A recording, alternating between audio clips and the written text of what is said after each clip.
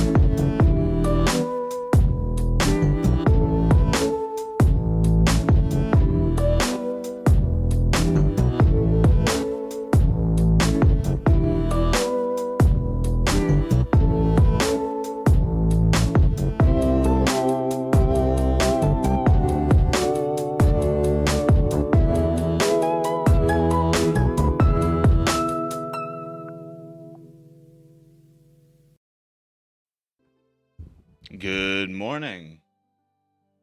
How you doing today, Naj?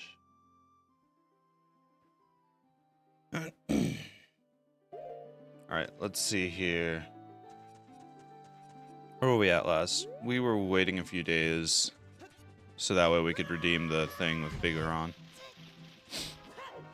So we're gonna go find some stuff to do while we wait for Bigger on to finish up the sword.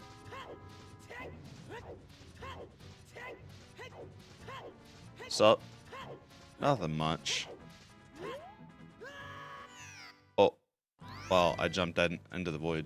Oops.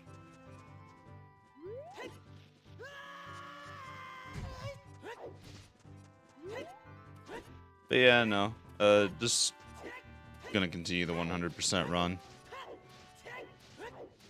Gotta give Bigger on a few days to make the sword, so.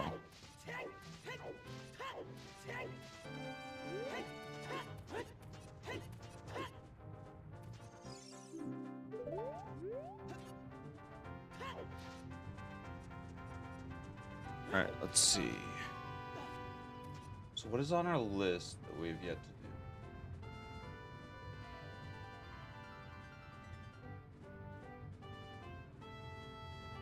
do? We replayed the Scarecrow song, so that can be erased.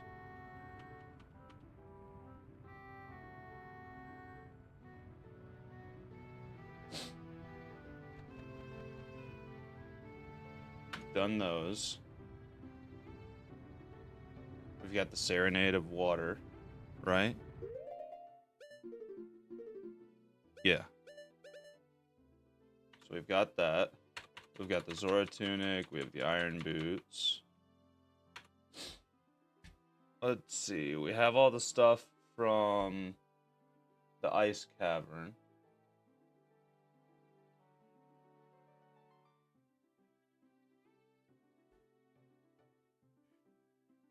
Let's see, 65 through 67.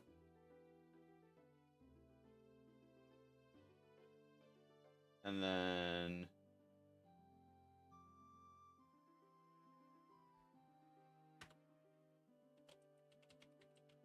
Skulltula 71 through 77. We've got Heart Piece number 24.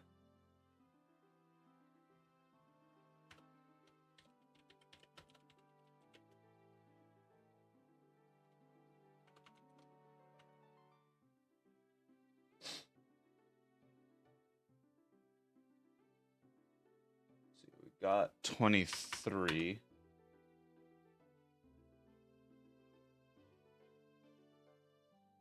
We've got Skulltula's 65 through 67. So we can erase that.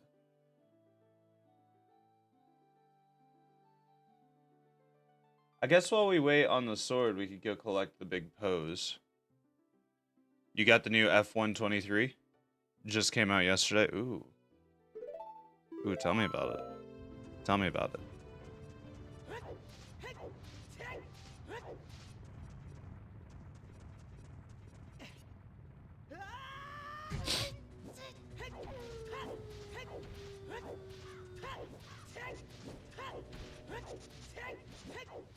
Tell me about it, and we'll go get the big pose from Hyrule Field while we wait on the sword. It's so much better than F122. Why is that? The UI is more clean. Okay, I can see that.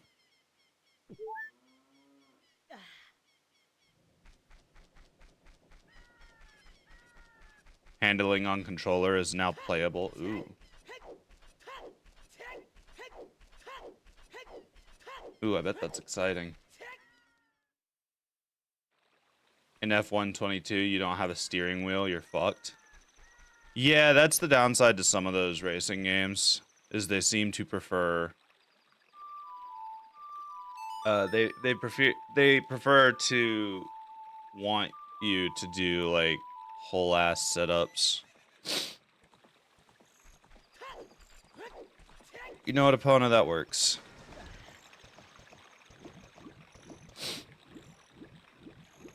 F123 did a good job improving handling on gamepad.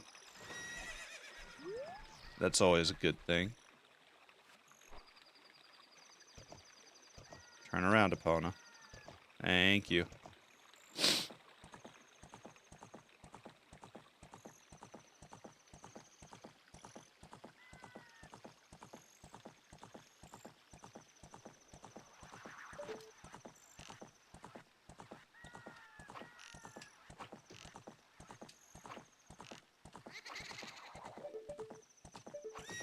This is terrible.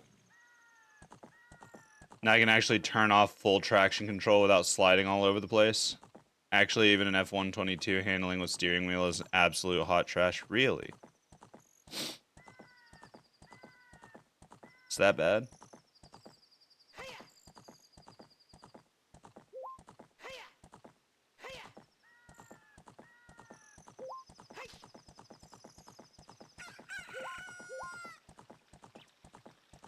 Oh, these big posts are going to be a pain in the ass to collect.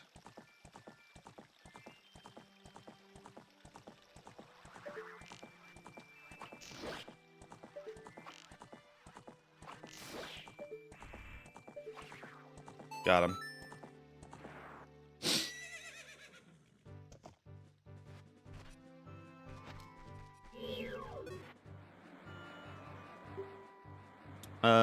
Yes, I do want to catch it in a bottle.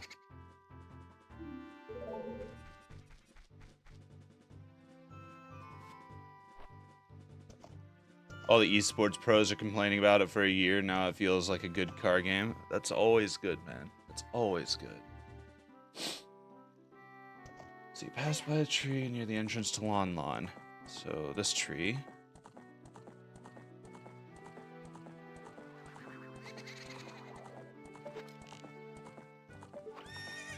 And it immediately despawned.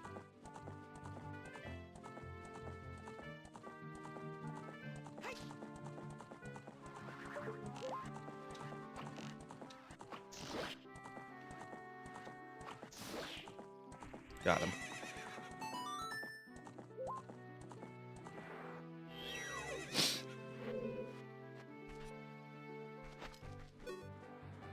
Yes, I want to catch it. Alright, I need to go buy arrows. I'm gonna do that before I sell these pos. Hey, Platinum. How are you doing? Hope you're doing alright today.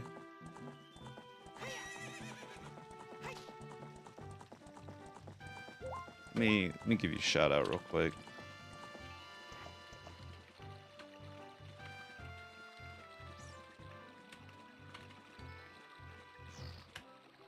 There we go. You finally crafted Tonfas in Frontier. That's very good, very good. Which ones did you go with?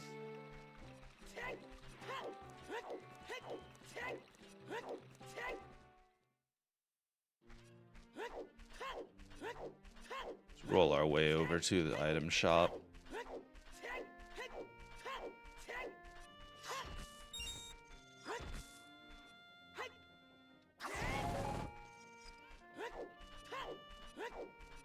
I just made Hypnocator stuck because they were the least shitty ones you can make. Fair enough, fair enough. Oh, there's some arrows.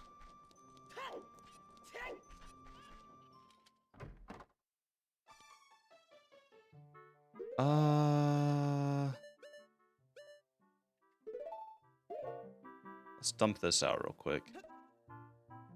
We can also spend rupees on a potion.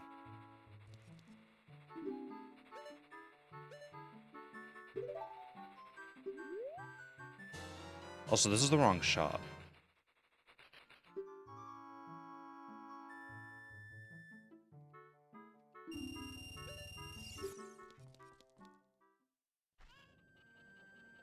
You'll have to grind out a real pair of Tonfas, but for now the ones I made are good enough to learn the weapon. Oh, absolutely. Absolutely.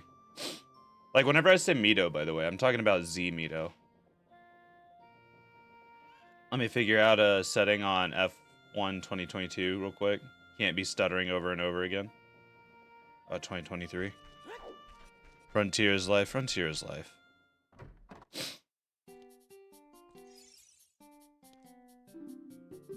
Hello, Mr. Bizarre Man. I'll go ahead and just buy that stack. How full are we on bombs? I have 16 bombs.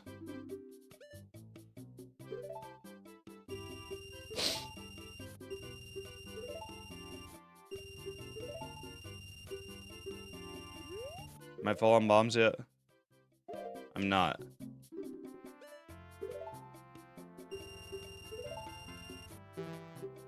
Cool, now I am.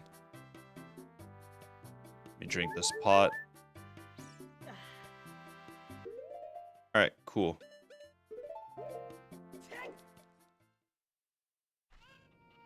Yeah, but GU. GU's pretty good too, yeah. I come back to Frontier last night because of Astrasian. Oh, really?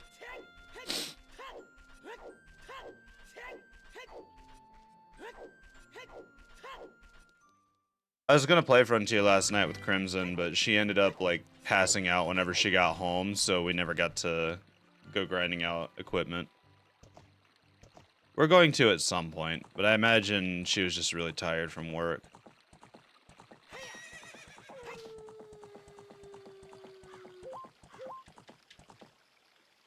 And slow down to a halt. My buddy got me set up with a large bird to play GU on. A large bird?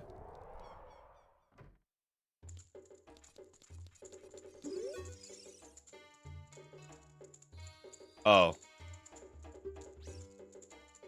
That went over my head. It's just your new fancy Nintendo DS Ultimate.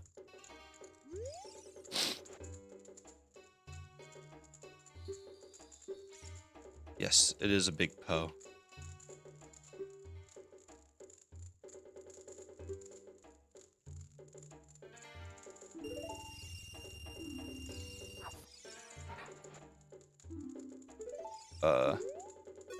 It does work here, Long. It's another big Poe. My sister has a Switch. I just had to get some help getting my files ported to my PC. Oh, you, like, actually moved your save file over. See, I personally wouldn't bother emulating GU. I don't feel like it's an old enough game to bother with it.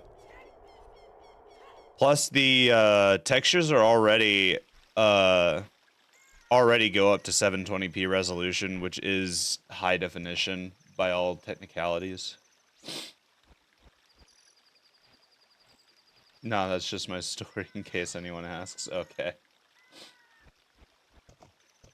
Let's see, northwest corner of Hyrule Field near stream. One of the bushes triggers it.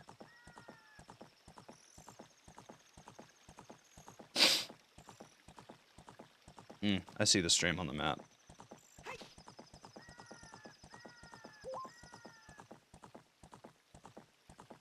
It's triggered by one of these bushes.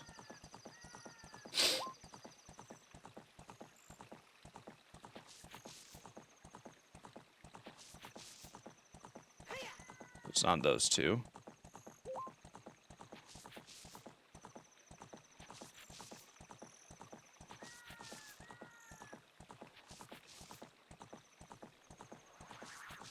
It's this one.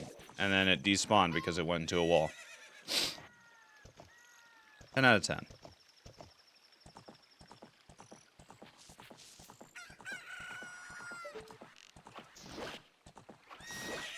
There we go. Long, just get off the horse, thank you.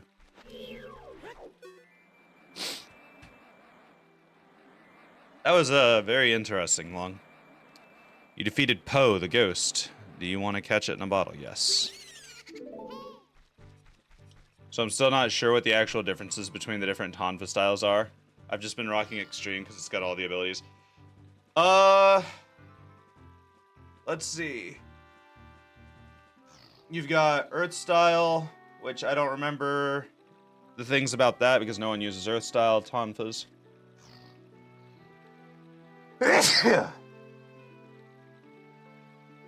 Hold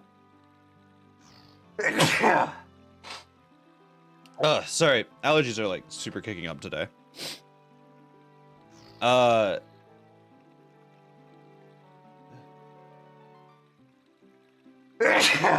Jeez. Storm Style, I believe, stays in the air but does not have EX Evade. Heaven Style goes in the air and does have EX Evade, unless I've got those reversed in my head. And Extreme Style offers a little bit less, does not have all the moves, but it has EX Evade and the ability to stay in the air. Storm has this little boxing move attack that was dope. Oh, yeah. Storm Style also can do the Uda punch. I've gotten so many mixed reviews on Earth Style. I just personally don't use it. I don't think it's bad. I just don't use it. I usually do Heaven or Storm. I occasionally play around with Extreme. Let's see, between Lon Lon and Entrance to Gerudo's Alone Tree.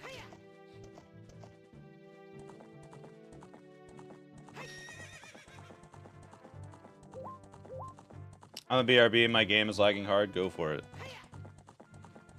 And I like that I can triple air dodge if I use an EX dodge with Extreme. Oh, you can actually, depending on the monster, you can actually just stay in the air forever. Like, as long as you can refill your EX gauge.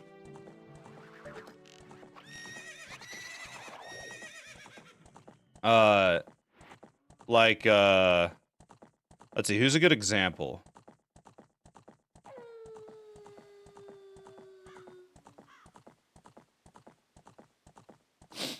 I'm trying to think of who a really good example of a monster is that you can stay in the air with.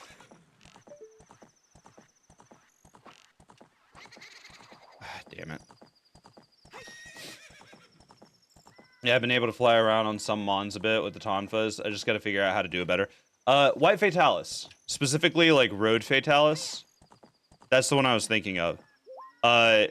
If you, like, dodge into his back constantly, like EX evade into his back, you just stay in the air, and you dodge most of his attacks. Like, there's still a few moves that can get you, but for the most part, you won't be bothered by him.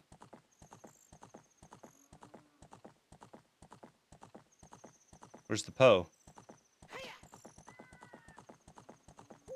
Wait, did it trigger over here? The fuck? Okay. Let's go here. Turn around. Yeah, I can see myself really enjoying the Tonfas, not gonna lie. Oh, that's good. That's good. I'm trying to get my sword and shield set, like, fully made before I start changing up my weapon type in Frontier more often. Way more than dual blades. Dual blades are fun, but they're better for, like, sticking to the ground and stuff. And they're a high risk, high reward weapon with the way they're designed in Frontier. Not to shit on dual blades or anything, Tonfas just have a lot of cool shit that makes my brain go burr. Well, Tonfas are also, like, the new weapon for you. Why does it keep spawning over there? That's getting really annoying. It's supposed to spawn by the tree.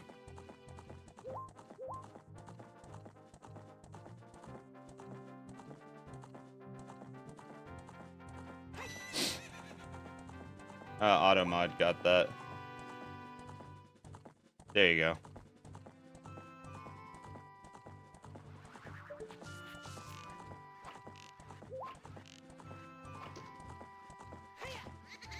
The fucking hill.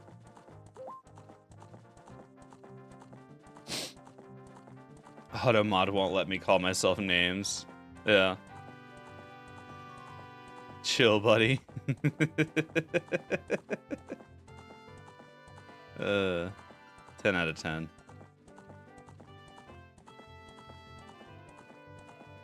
Okay, let's try this again. We're gonna go in from this side. If I can get 2 quick shots off, it won't be that bad.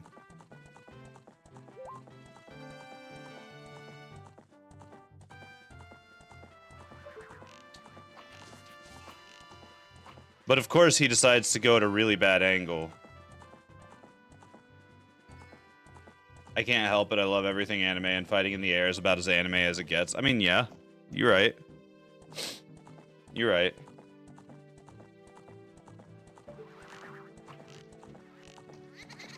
Motherfucker! I hate this Poe. I swear. There's 1, 2. Finally.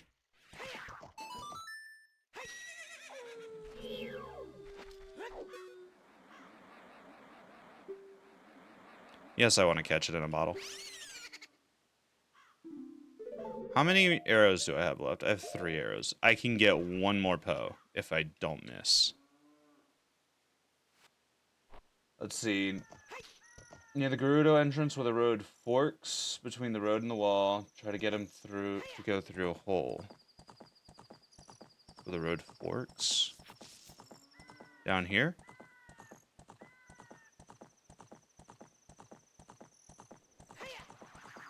Ah.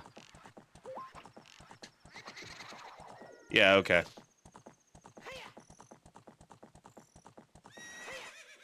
Okay, Long. Actually, that's Epona's fault, not Long. I'll probably pick up Mag Spike at some point, but I'm happy with Tonfas right now. You had to go through a whole quest line for Magnet Spikes, though. I was gonna grind Frontier today. I just want to beat up dragons with my bare hands, and Tonfas are about as close as it gets. Actually, if you want a really good pair of Tonfas, there is an event, Brachiodios Tonfas, that gives you Brachiodios' fists.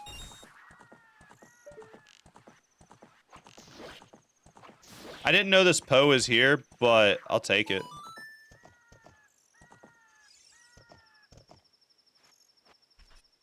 I'll just take it. Why not?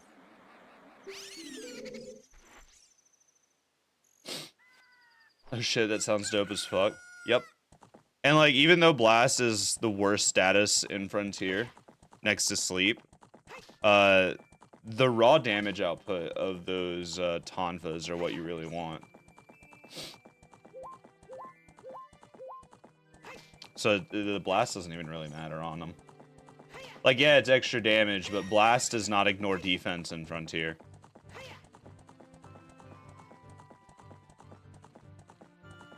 And it's really unfortunate. Blast is the worst status next to Sleep. Yeah. Well, I guess that's better than Sleep. Yeah, the fact that it does damage occasionally is the only thing that makes it better than Sleep. The reason why Sleep's the worst status in Frontier is because unless all the hunters are on the same page, the frame that the monster starts to go to sleep, you can wake it up. It doesn't even have to be fully asleep. You can wake it up as the status takes effect. It's awful. It's so dumb.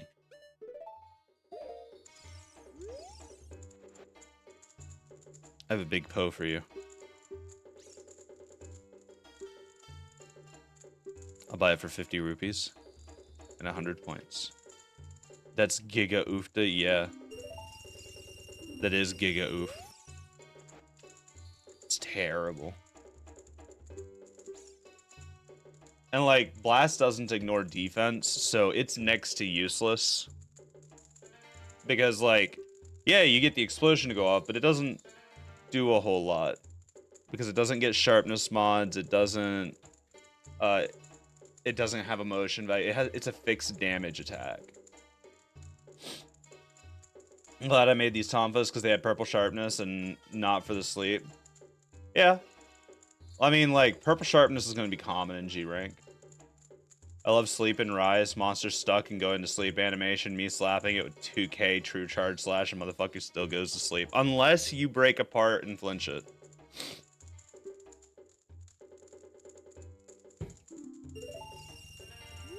That's whenever that sucks.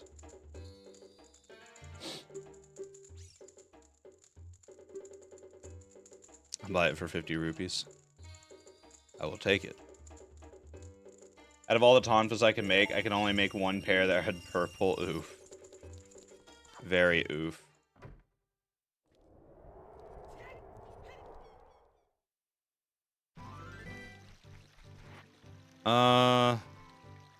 Let's see. We have 9 arrows. Let's go back to Kakariko real quick. Because I do have to play the archery minigame. I do have to go through that. I might as well stock up on arrows and then use the rest of my cash on that and then go back to Poe hunting. Because I get 50 rupees a Poe.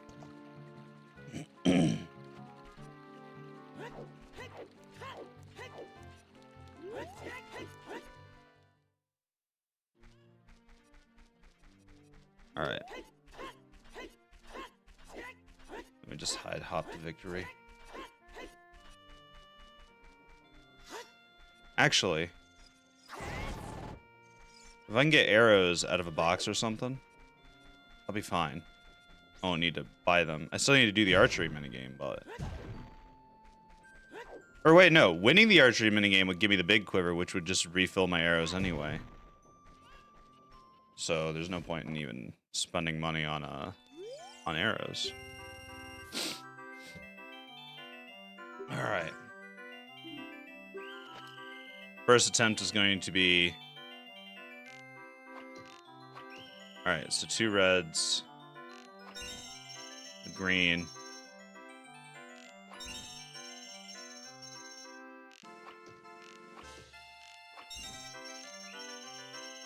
Alright.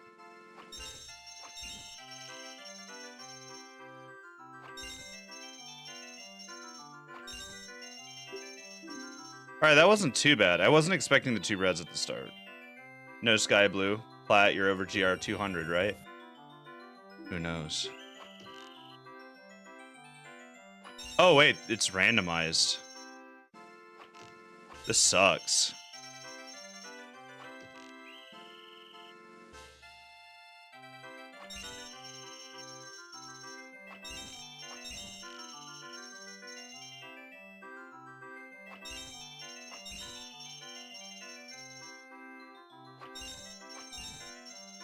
Almost.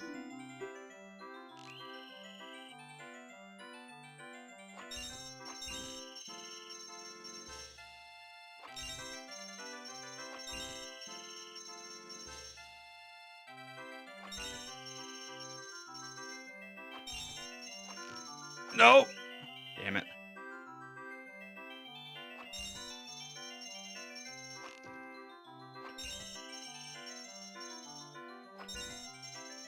I missed 1 red rupee. Nah, I'm like GR 29. Get good. Start grinding those GR already. Yeah, no, like your GR will climb if you just do the highest GR quest you can on the weekends. Especially if you're on rain. Because they do premium weekends where everyone gets set to premium status. And it helps your GR boost.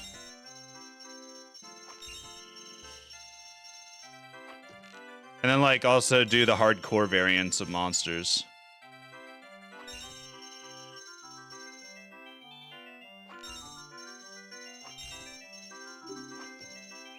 Alright.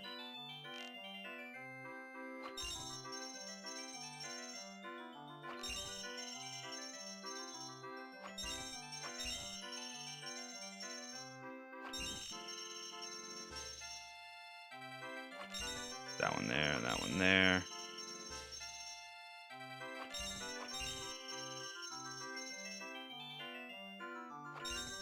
Got him. And that gives me the big quiver. Let's see. So that's 40 arrows. The next quiver size, I don't think... is until later. Unless that is the next quiver size. Not really sure. I haven't been doing hardcore. Every day I learn something new about how I'm doing everything wrong in Frontier. I didn't say you were doing it wrong. Hardcore monsters just help you grind out your GR faster. Plus, if you want to upgrade some of your equipment, you are going to need the G rank hardcore monster parts. It's just part of it. If hardcore is better than I've been doing it wrong, no, that's not how you're supposed to think about it.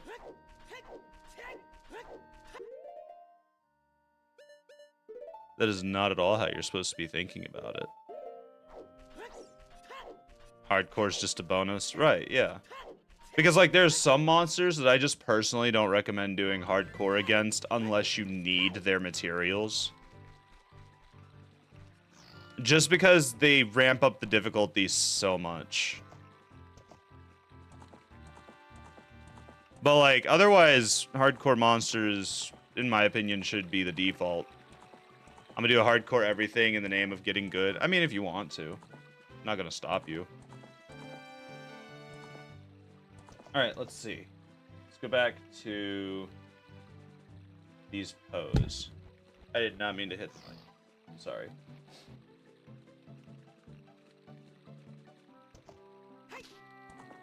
Let's see, between Lake Hylia and Kokiri Forest, there's a ton of trees. Gotta find a batch of, or I gotta find a bushes within them.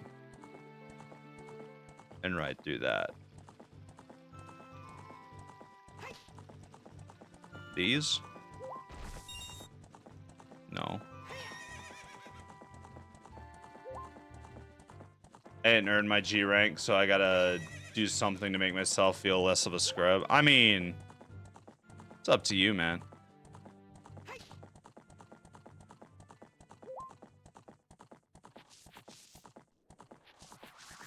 Oh, there's the Poe. I mean, it's all relative, though.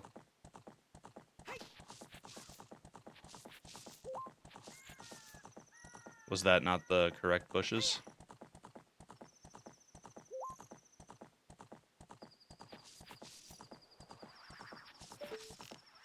There he is. 4.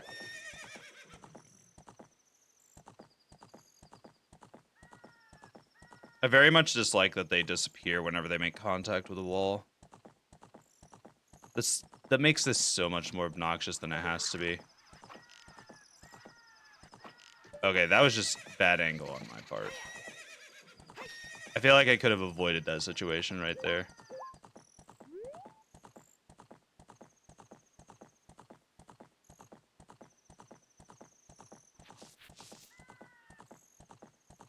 Let's see. Let's try riding through again.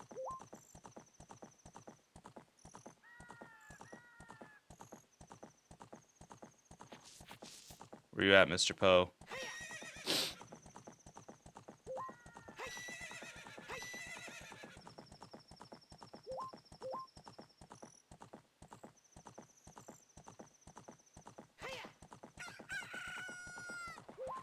There he is. 1, 2. Got him.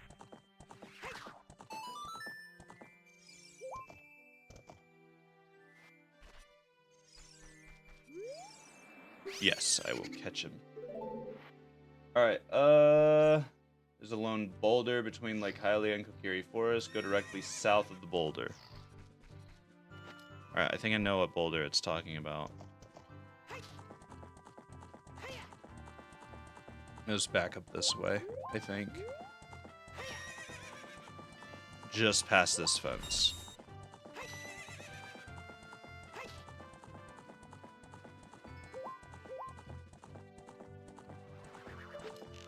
Yep, because there's the Poe.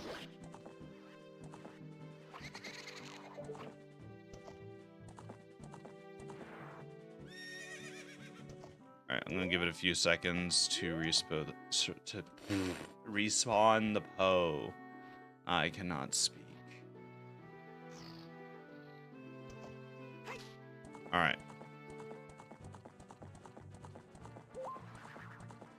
Oh, nope, there he is.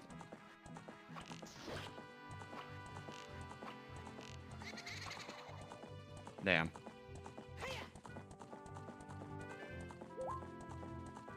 It's sigil slots. So my fancy new G-rank weapons have a diamond-shaped slots. How do I make decos fit? Yeah, no, decos don't fit in the diamonds unless the diamonds also have a circle. Those are for sigils. If you want to get onto sigil production, you need to talk to the blacksmith's cat.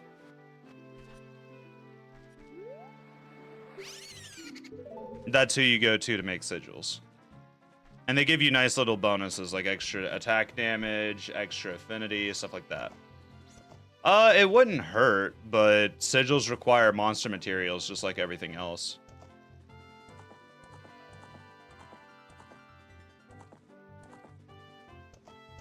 Let's see.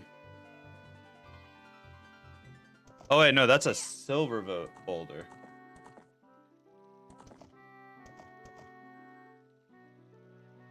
There's another lone boulder. Go near a tree directly south of the boulder. So there's supposed to be another boulder.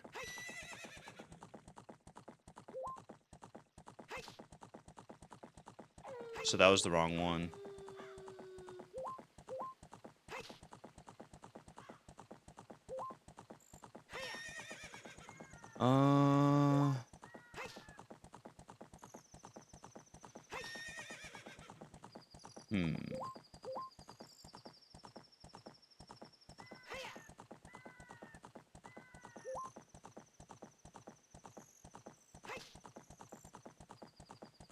I don't think that this is the boulder, but it could be. It's not.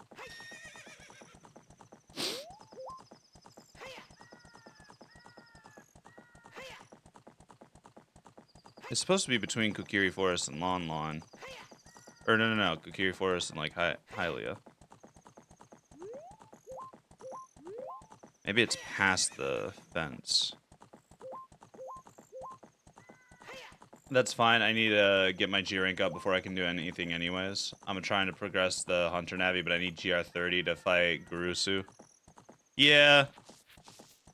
Yeah, that's fair. The Hunter Navi will take you through quite a bit of it, honestly. All you gotta do is upkeep your GR, and you'll be fine.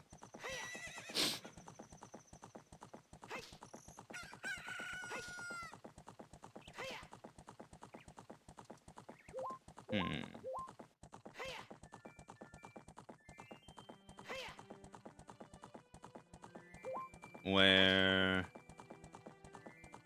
is that boulder?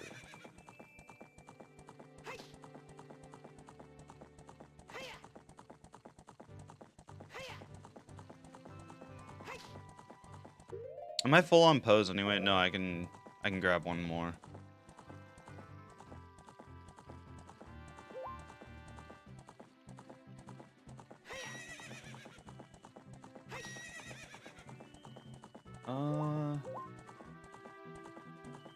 You know what? Let's go to the overhang over here and get that Poe, and we'll just revisit the boulder thing at a later time. I might have already gotten it by accident.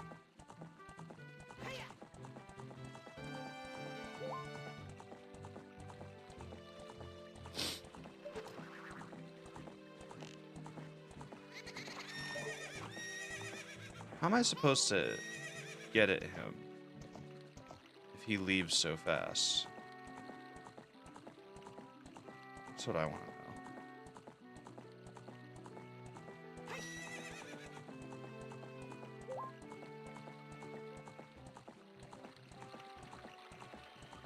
What if I go at it from this angle?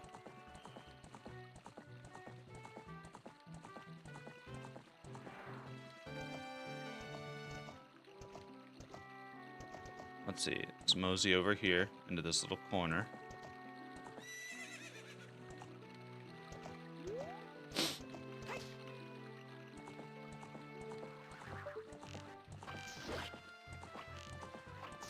Got him.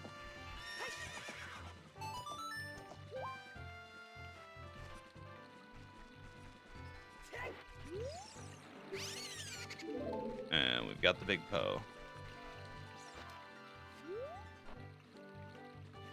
Actually, I need to go into Kakariko anyway and get more arrows.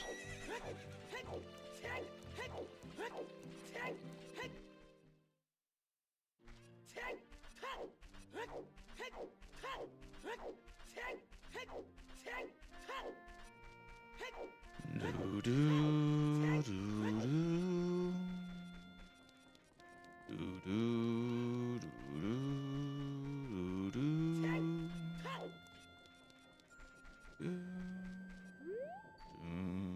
Do, do, do. Do, do, do, do, do. All right.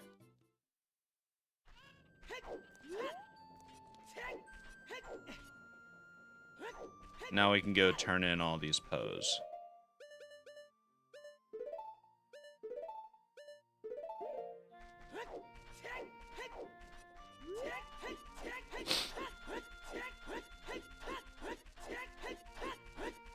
Oh, my worst enemy went side hopping. Offense.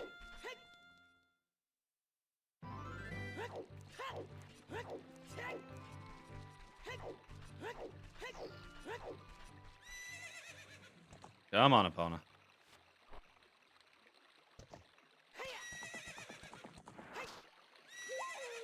Come on, just go across the bridge.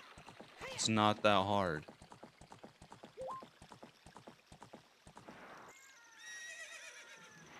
Let me hop off here. And into town. The destroyed castle town.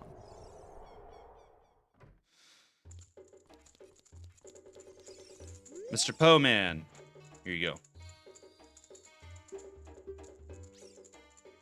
It is a big Poe.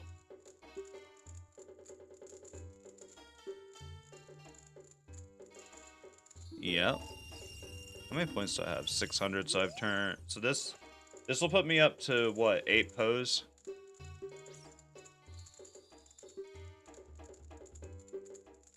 Because each one's only 100.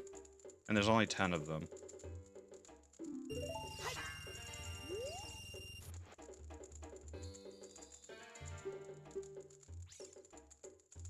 Yep. 5 for 50 rupees, yes.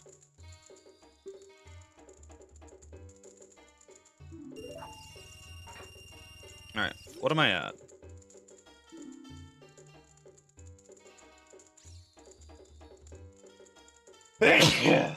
Excuse me. Okay. Let's see here.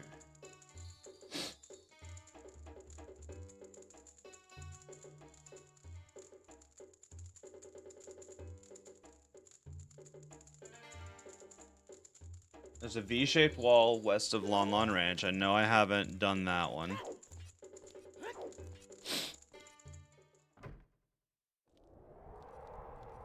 I'm not sure what the other ones are, though. Or what the other one I'm missing is. I think it's one of the ones between Kakariko... Not Kakariko. Between, Kokiri Forest and, like, Hylia. I'm about to go buy dinner. Hungry. Go get dinner, man. Go feed that hunger.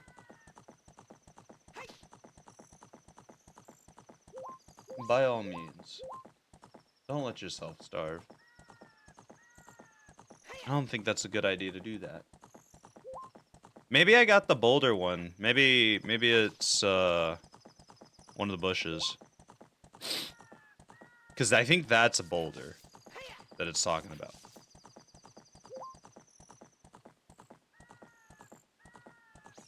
So let's just run through the bushes.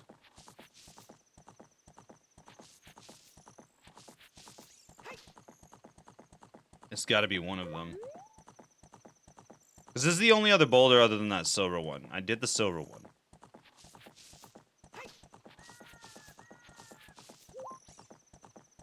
I'm just not sure what I've missed.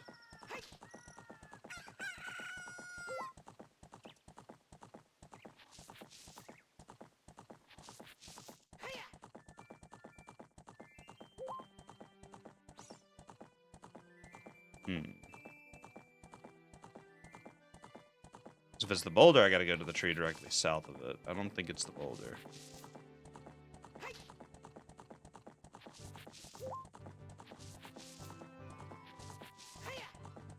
If I hit all the bushes, I feel like I've hit all the bushes.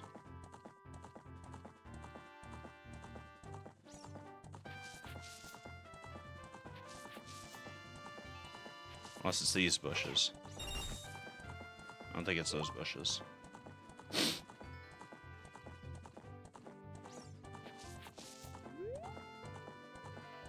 And that's the tree directly south of that boulder. I don't really know.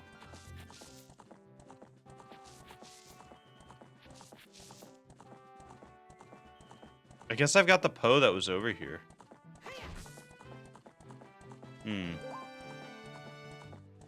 Unless it's this bushes. No. Or unless there's another grouping of trees that has bushes that I just did not see. Let's check over here. There could be something that didn't render in. Not those.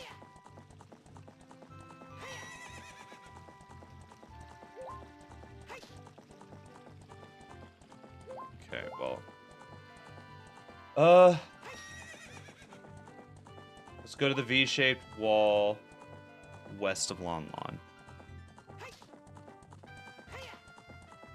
We'll go over there and grab that one first.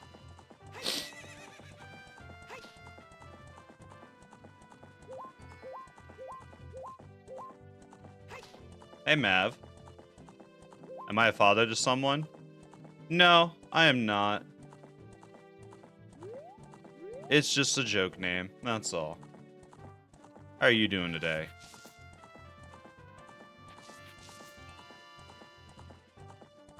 Let's see. Supposed to wait in the V-shaped wall west of it. In, like, the corner.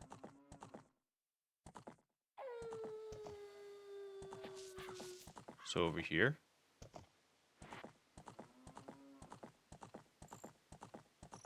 Maybe someday. Probably not. I'm not really interested in having kids. Nope, Epona won't jump that wall.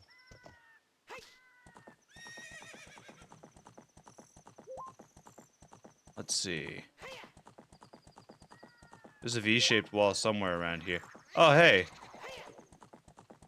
I think that was it. So I wasn't triggering the same Poe earlier. I was triggering a different one. So we'll come back from this angle.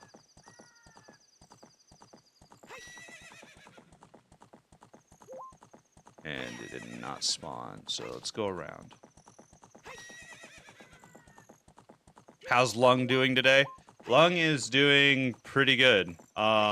We've done 3 of the temples so far.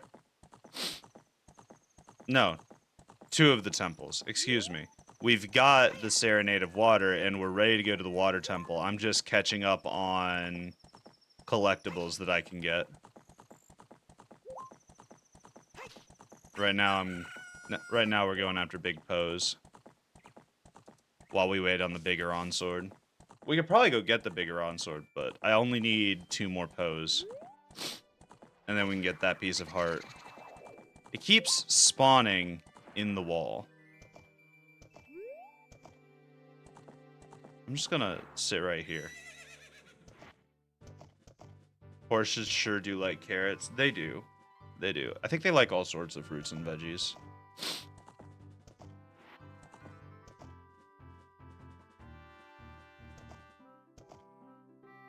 So where's it at?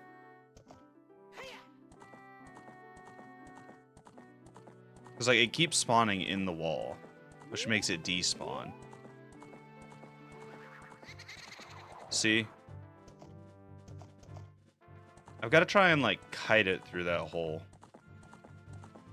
in order to be able to actually shoot at it.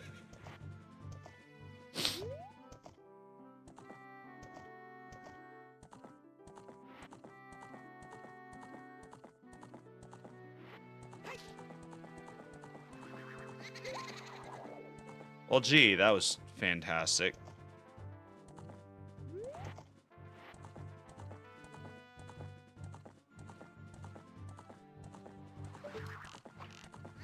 My guy. You had a clear path through this little corridor, and you chose to fly straight into the frickin' wall.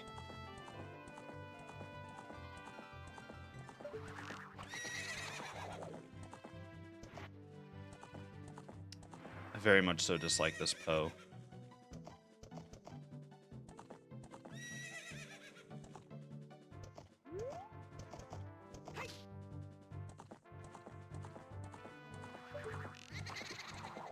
I don't understand.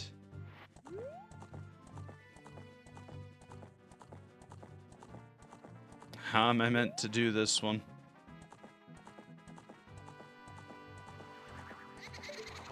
Especially when he does that.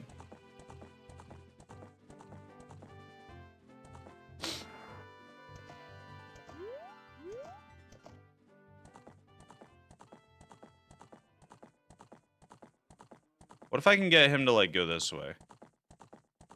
No? Because he won't spawn whenever I go along the pathway, I feel like.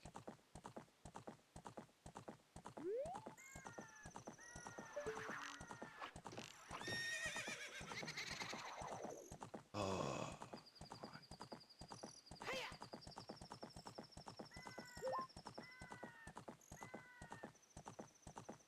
This Poe is getting obnoxious.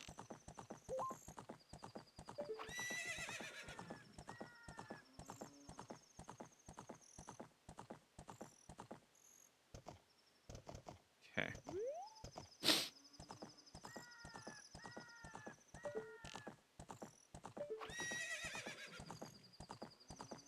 And then it's not... Okay. Quiver only holds 40. It holds 30 unless you get the upgrade. I just got the upgrade.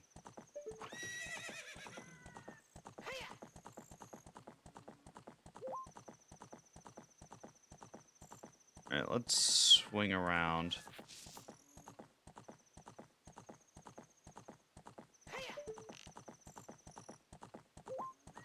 Now it's just not wanting to spawn. I'm not really sure what's up with that.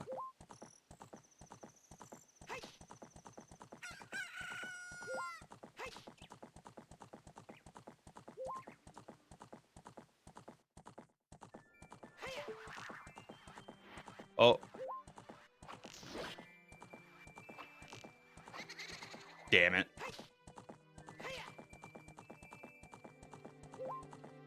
I choked on the second shot. If I didn't choke, I would have had him. So I wasn't expecting it to spawn. Let's see if we can get it to... Because like, I saw him spawn and I thought he went straight into the wall and despawned. It's okay. I mean, kind of. This is a terrible spot for these Poes with their mechanics. Because, like, whenever they spawn, they fly away from you. If they touch a wall, they despawn. And there's walls all over it. And if I go this way, it seems to want to go straight into one of the walls as soon as it shows up. So it's just really obnoxious.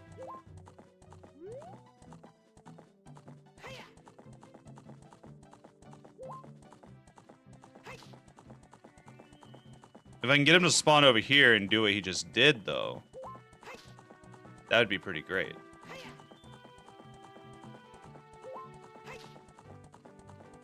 Because if I can get that to happen consistently, I can get the timing down on the shots and catch him. I only need to land 2 arrows.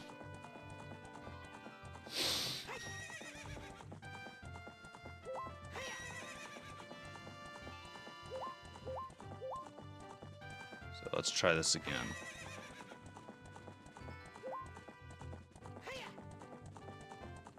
No. Let's go all the way around Lon. See if that gives him a better chance to spawn. Because I think the reason why he's not respawning is I'm still too close to where he starts. I think it's a distance thing. I don't know.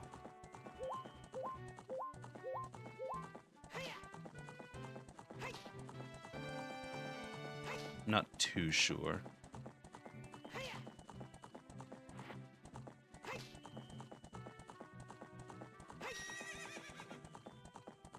Alright, so we'll just run down this way. I'll have to go around this fence.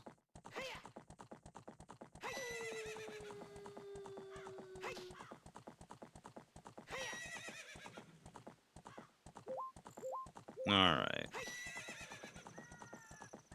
Now...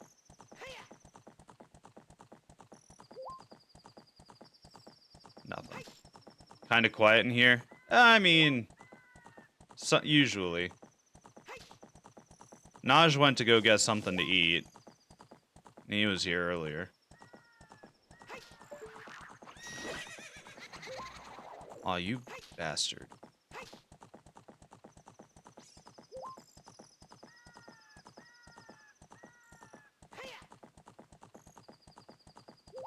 But yeah, no, it's usually how it goes. He spawned in the wall right there. Yeah, Platinum's here, just playing on Frontier.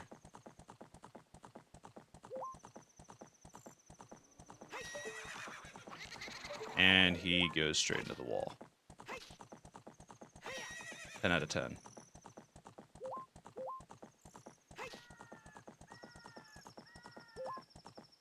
Alright. Let's try this again. Oh! Got him. Finally.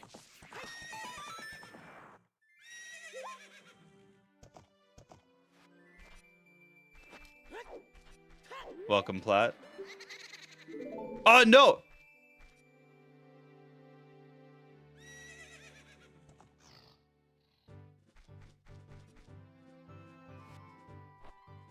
Didn't want to let him go. The one time the B button is not a select button is when interacting with pose, apparently. That's dumb. Yeah, no, Platinum's not super new. He just hasn't been here in a hot minute. I think he came by yesterday, actually. Right? You were here yesterday, weren't you, Platinum? For a little bit? Or am I confused? I might be confused. Yesterday was pretty hectic at work, so my brain's a little on the fritz.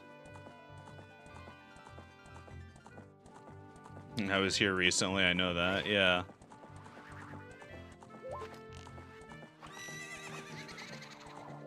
A dragoon, so you can control the dragons? Probably. Can you control dragons? Is that a thing within your skill set, homie?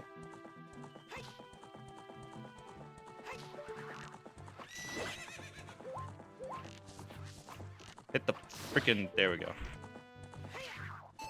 Alright, I am not skipping through the dialogue on this.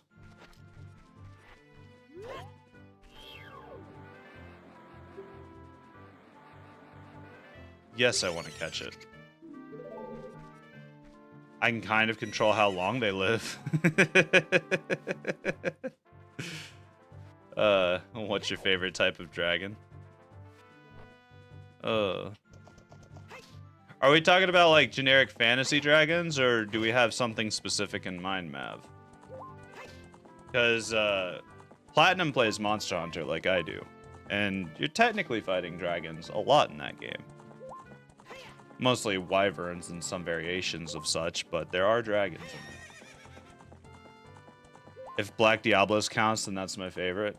I mean, he would be a wyvern, which is a kind of dragon. So you could go with wyvern.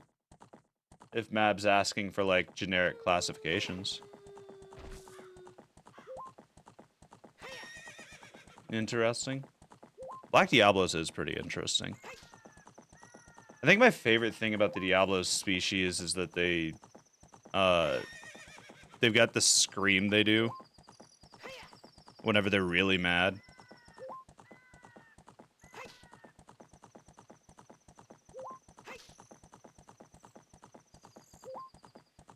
Alright. I don't know if this is the boulder or not.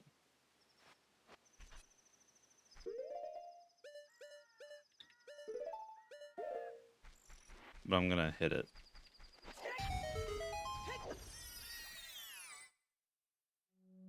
There's a grotto here.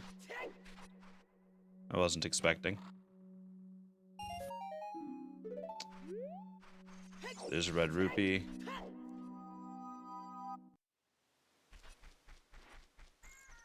So I guess that's not the lone boulder it was talking about.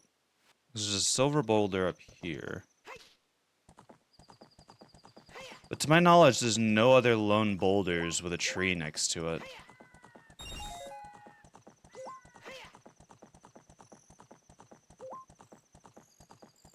Unless that's the tree in question.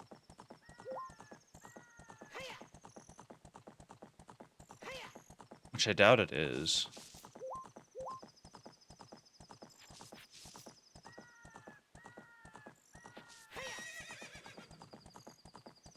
If I were to do that many rolls, I'd get dizzy. Probably. I don't know how Link does it. Or how long does it. But he can roll forever. Let's see.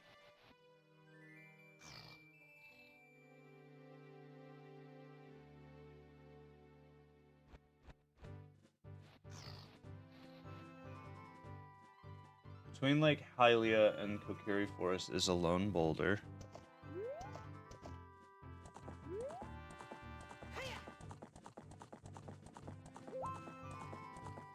That's very vague. Maybe I should just go looking for boulders. Just in general. Maybe the guide's wrong about the location of it. Or at least not as accurate as it could be.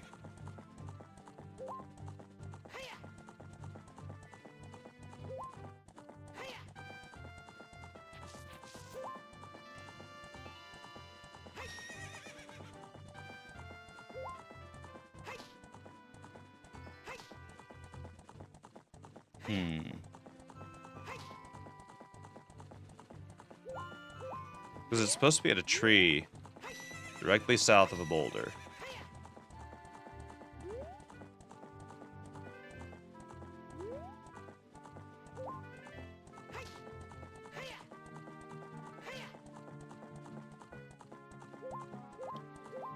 And the only boulder I know of is this silver boulder. Which, that's the tree directly south of it. I swear, if that's the tree, I'm gonna feel so stupid. Okay, it's not. What does the meme redeem get you? Which one?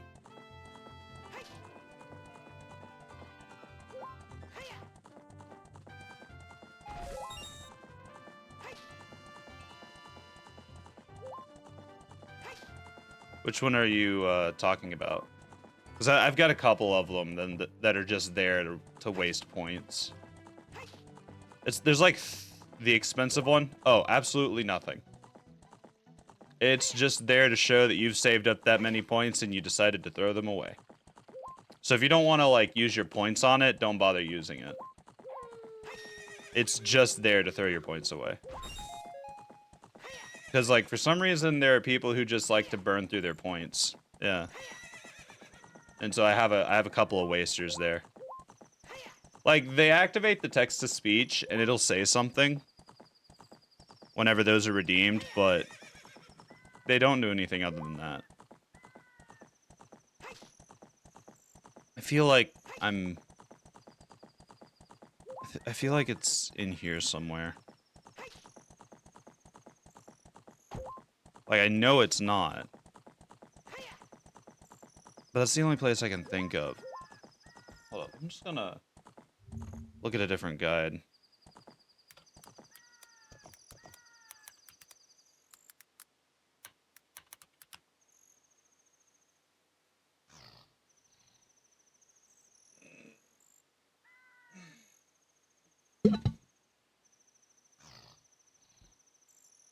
Let's see here.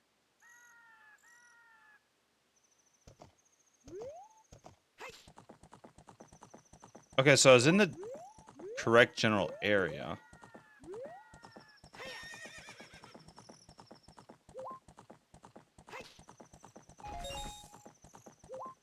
It seems.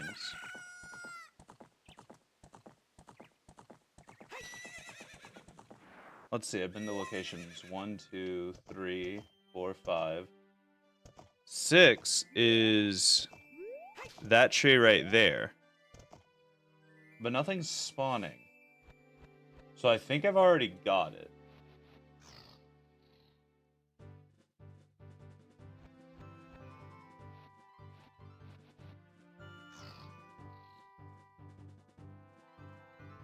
Unless I'm supposed to run through... Okay, hold up.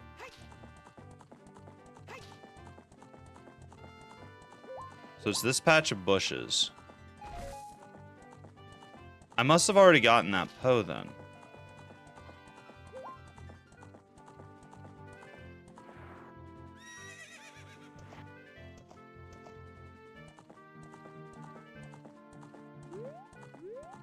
And then there's this tree right here.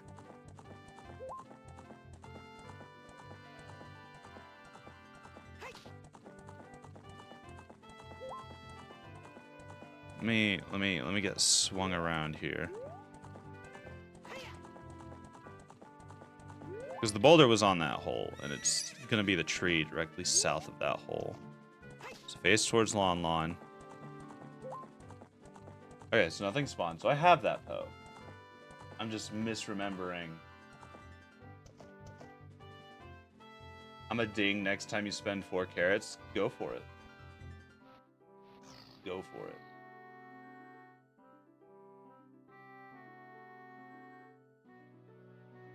Let's see. I've done that one by the silver boulder.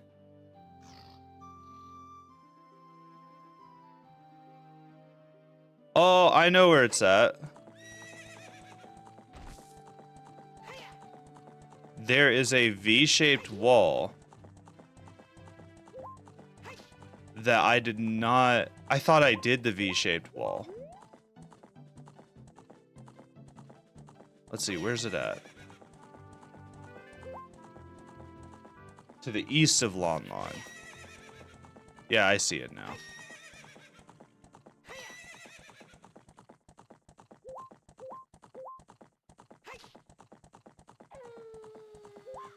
You know, I did not do this one. I thought I did the V-shaped wall. Okay, I'm glad I went to the Zelda wiki. Yeah, there he is.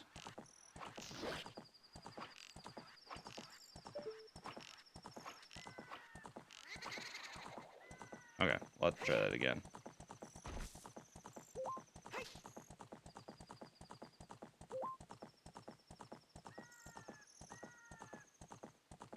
I stopped shooting at one point because I thought I got the second hit. Where? I heard the laugh. He must have spawned down below. Oops. Let's do a wider swing.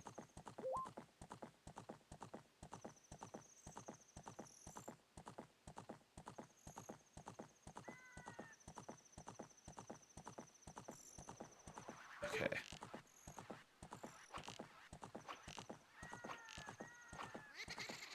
Alright, that's obnoxious. What if I... Can I jump over the wall from back here? Or is it going to be too high up from this angle? It's too high up from this angle. I'd be able to jump over this part. No, opponent did not want to.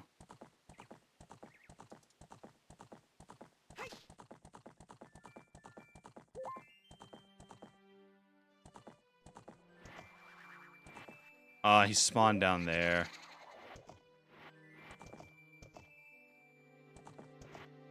Opponent, please stop going forwards. There we go.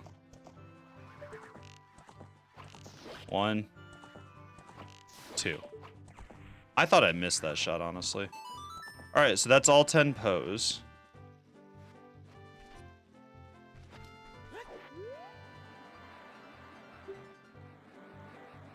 Yes. Alright, let's go, Epona. Apparently, before Epona can move, you can immediately get off. Okay. Looks like there's a big window for that. That's mildly obnoxious, but whatever. Go forward.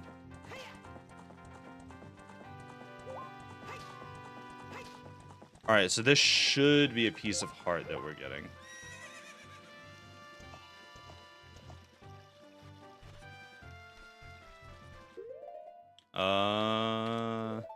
There we go.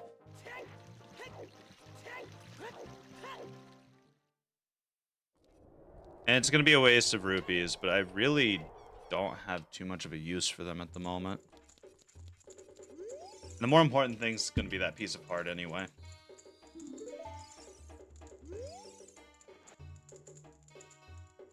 Yes, I brought a Poe. It's a big Poe, yes.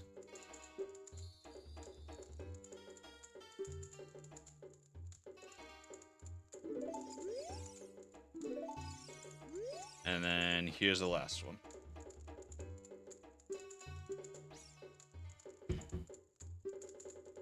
Buy it for 50 rupees. On top of that, 100 points, yada, yada, yada. Wait a minute. Wow. You've earned 1,000 points. Young man, you're a genuine ghost hunter. Is that what you expected me to say? Because of you, I have extra inventory of big Poes, so this will be the last time I can buy a ghost. You're thinking about what I promised would happen when you earned 1,000 points. Don't worry, I didn't forget. Just take this. No, it was a bottle. Whatever, that's the last bottle.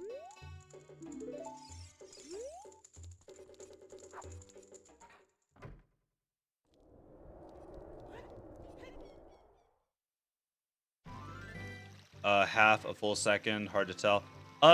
They regenerate really quickly if you don't spend all of them. Like, I can show you right now. We'll spend this one. 1, 2, 3. About 2.5 seconds. But if I burn through all of them.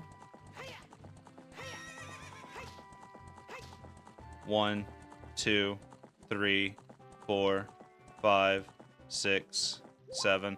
I was counting a little bit fast, but like you get the idea. And that's why I try not to go through all of the carrots. It's like that in most of the Zelda games where Link gets a horse. If you don't spend all of...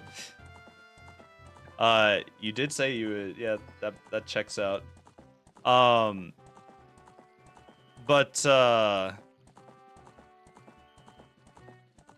Usually, if you don't go through all of your stamina on your horse, it'll regenerate its stamina much faster.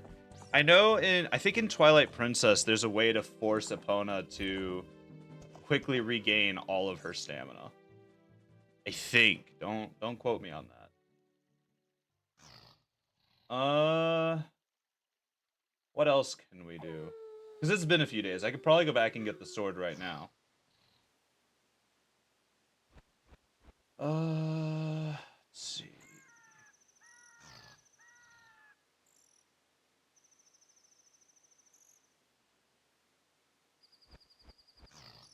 There's got to be some way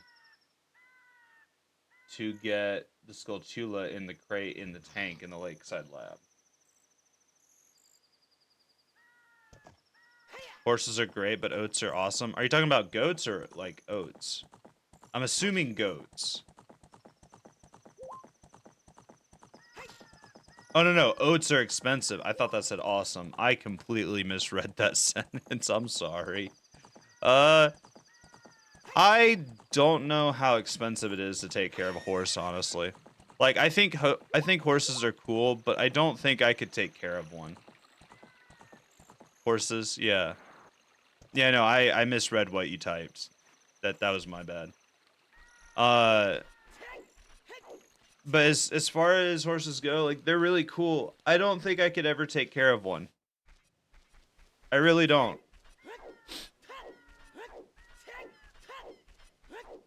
I just... I feel like they require a lot of attention, and I struggle with giving my dogs and my cat the attention they need. Like I have to put in a ton of effort to like make sure that they're taken care of and stuff like that. And like it's not like they're high maintenance dogs and cat, but I have so few hours in the day to myself that I have to spend that time with them. And like it's not their fault. I'm not complaining about the animals themselves. Uh in all honesty, it's kind of my and my family's fault because we took in more animals than we really should have. Um and that's on us. So like we can't just get rid of them. That wouldn't be fair to the animal. And so like I have been very strict with my parents. We are not getting any more pets until a couple of the ones that we have die. Because there's just too many in the house. Oh no, not really an oh no thing. It's just that I don't want to have so many animals that we can't give them all attention. You know? Like cats are usually fine not getting a ton of attention. As long as you meet their basic needs, they kind of take care of themselves otherwise. But dogs are a social animal. And so it's not fair to the dog if you just only feed and water it, you know? Because you're not meeting all of their needs. You would think that some people would argue that you could just feed the dog and it'll be happy. It won't be happy. They're a social creature. Their ancestors live in packs, and that part of their DNA stays true. So, like, you're doing a disservice to the dog if you don't interact with it. Alright, I have bigger on sword.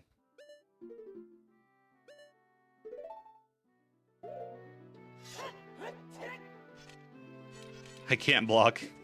I can crouch. That's about it. But yeah, like it's just a disservice to the animal, and I personally would not want to put. I don't like to have an animal if I'm not actively interacting with it. You know? That's my thing about it.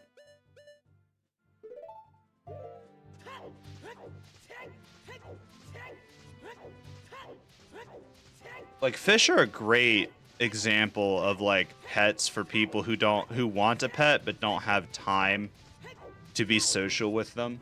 Because fish don't really need a whole lot of attention beyond like any kind of medical checkups they may need, for example, and feeding. And obviously you got to clean the tank and stuff, but that should be obvious.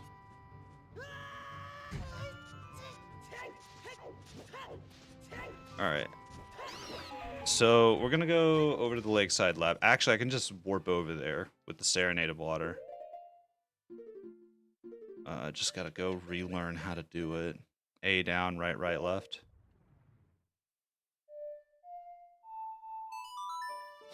Yuppers, some can be cruel to pets. End of the day, you try your best and carry on. Oh, absolutely. Absolutely. Because, like, I personally...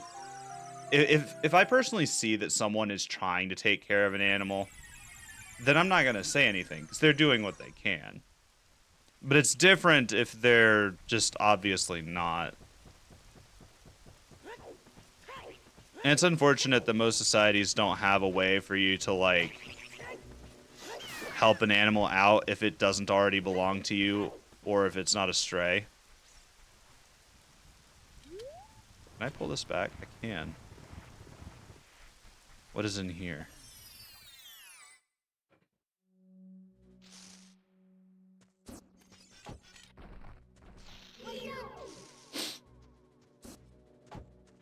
I think these Deku scrubs just sell stuff. No, thank you. Yeah, these guys just all sell stuff.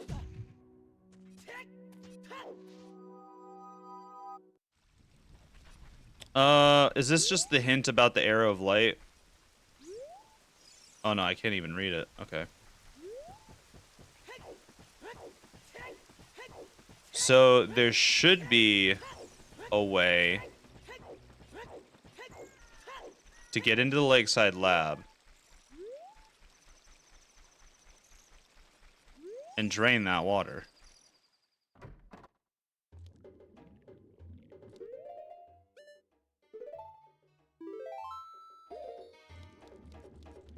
Like, there has to be a way to drain this water.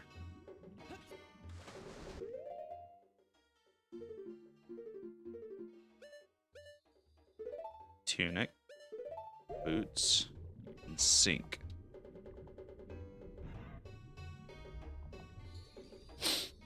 Can I just roll into it?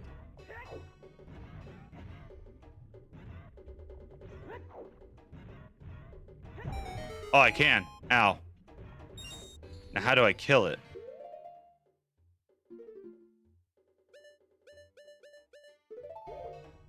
I can use hookshot.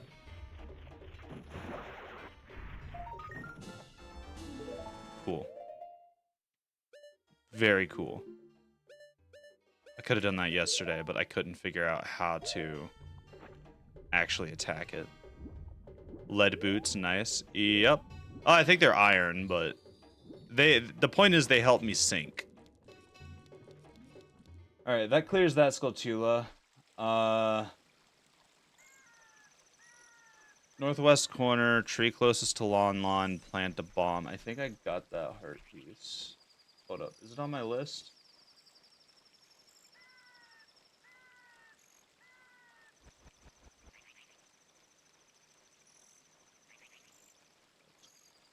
$27. I've got 27. What's number 26? 26 is the northwest corner. So let's go check that out real quick.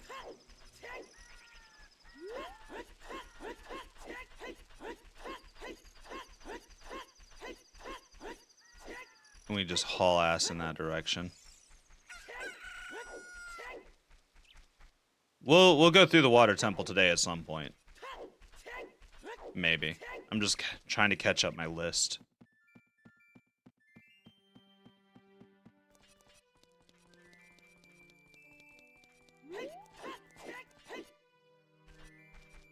Alright, so northwest corner of Lon. Epona, come hither.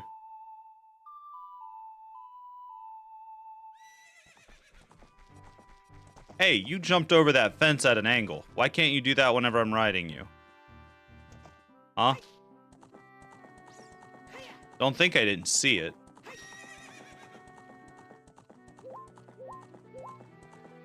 Freaking putting arbitrary rules on me. Alright. Northwest corner of Lon. Is it in Lon? Tree closest to Lon. Northwest corner. So in the northwest, there's a tree relatively close to Lon. I blow it up. I'm assuming it's this tree over here. This is kind of north, but I think this is about as northwest as any of the trees are going to get. Because I didn't see any over there.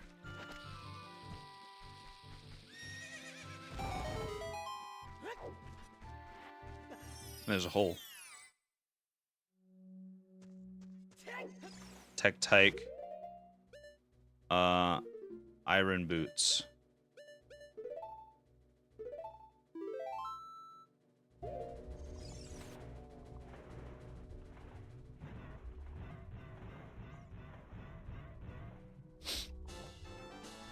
Do you typically raid at the end of your stream? I did a lot of raids whenever I was playing Frontier. I should do it more. Because I've been doing it in the last couple of days. I just hadn't been. Because, like, I try to make sure I have at least 4 to 5 viewers before I do a raid. You know?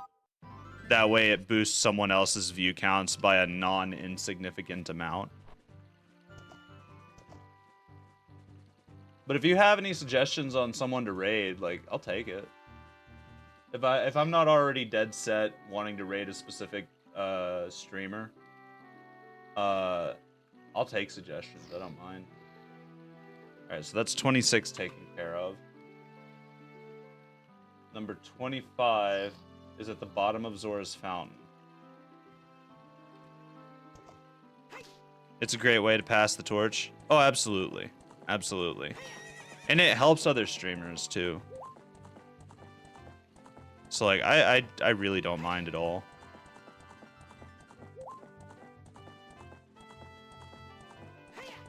Let's see. Actually, let's go back to Lake Hylia.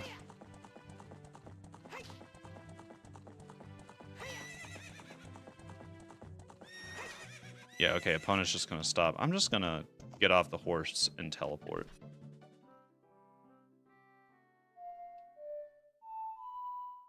Oops, I did that wrong.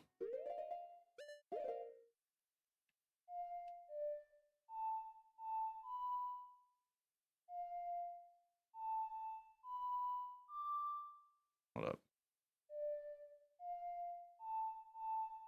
There we go. That's the note order. I couldn't remember what it was supposed to be.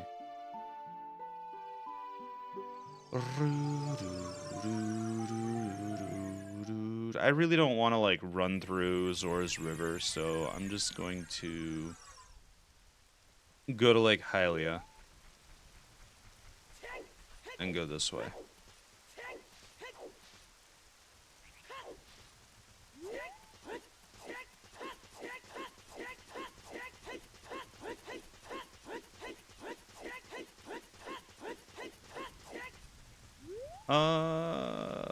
It's kind of this angle. There we go.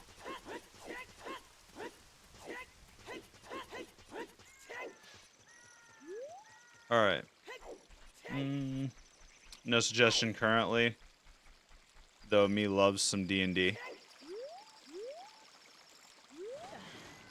I can't go up that way. I mean, that's fair, though. That's fair. I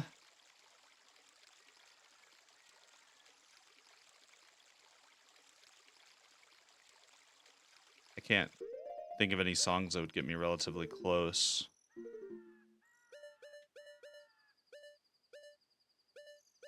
Actually, if we do Menu Out of the Forest...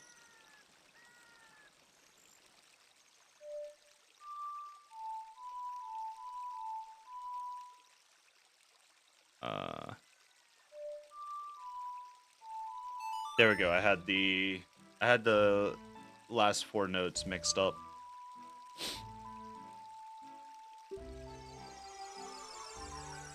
Yeah, no. D&D is great and all, but after all the stuff they pulled with the OGL, I'm kind of wholeheartedly against Wizards of the Coast. I would personally recommend a system like Pathfinder instead, or just anything that's not D&D.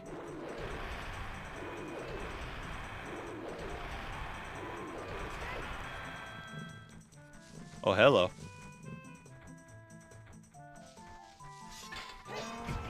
Oh. Okay. Fair enough.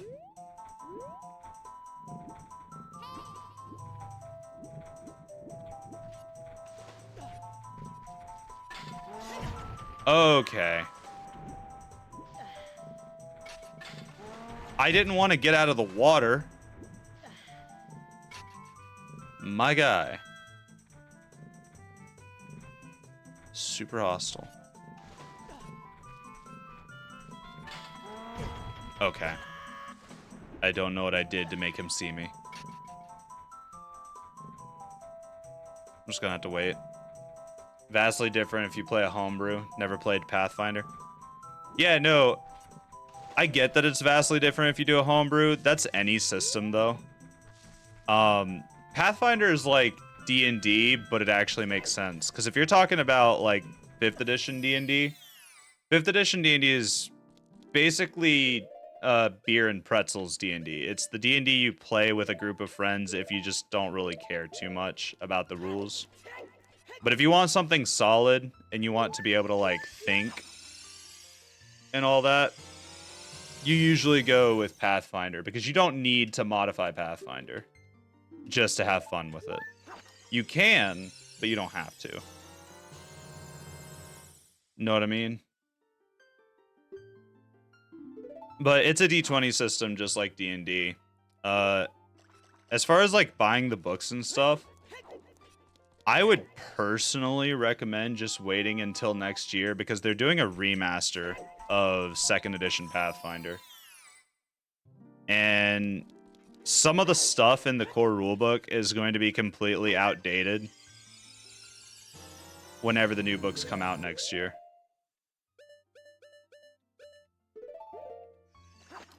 I know I'm going to have to, like, get a hold of them so my group has everything up to date. Alright, let's put everything back on, because I don't want to hold the fairies. If I hold on to them, then I'm going to end up, accidentally using them, trying to draw my bow or something.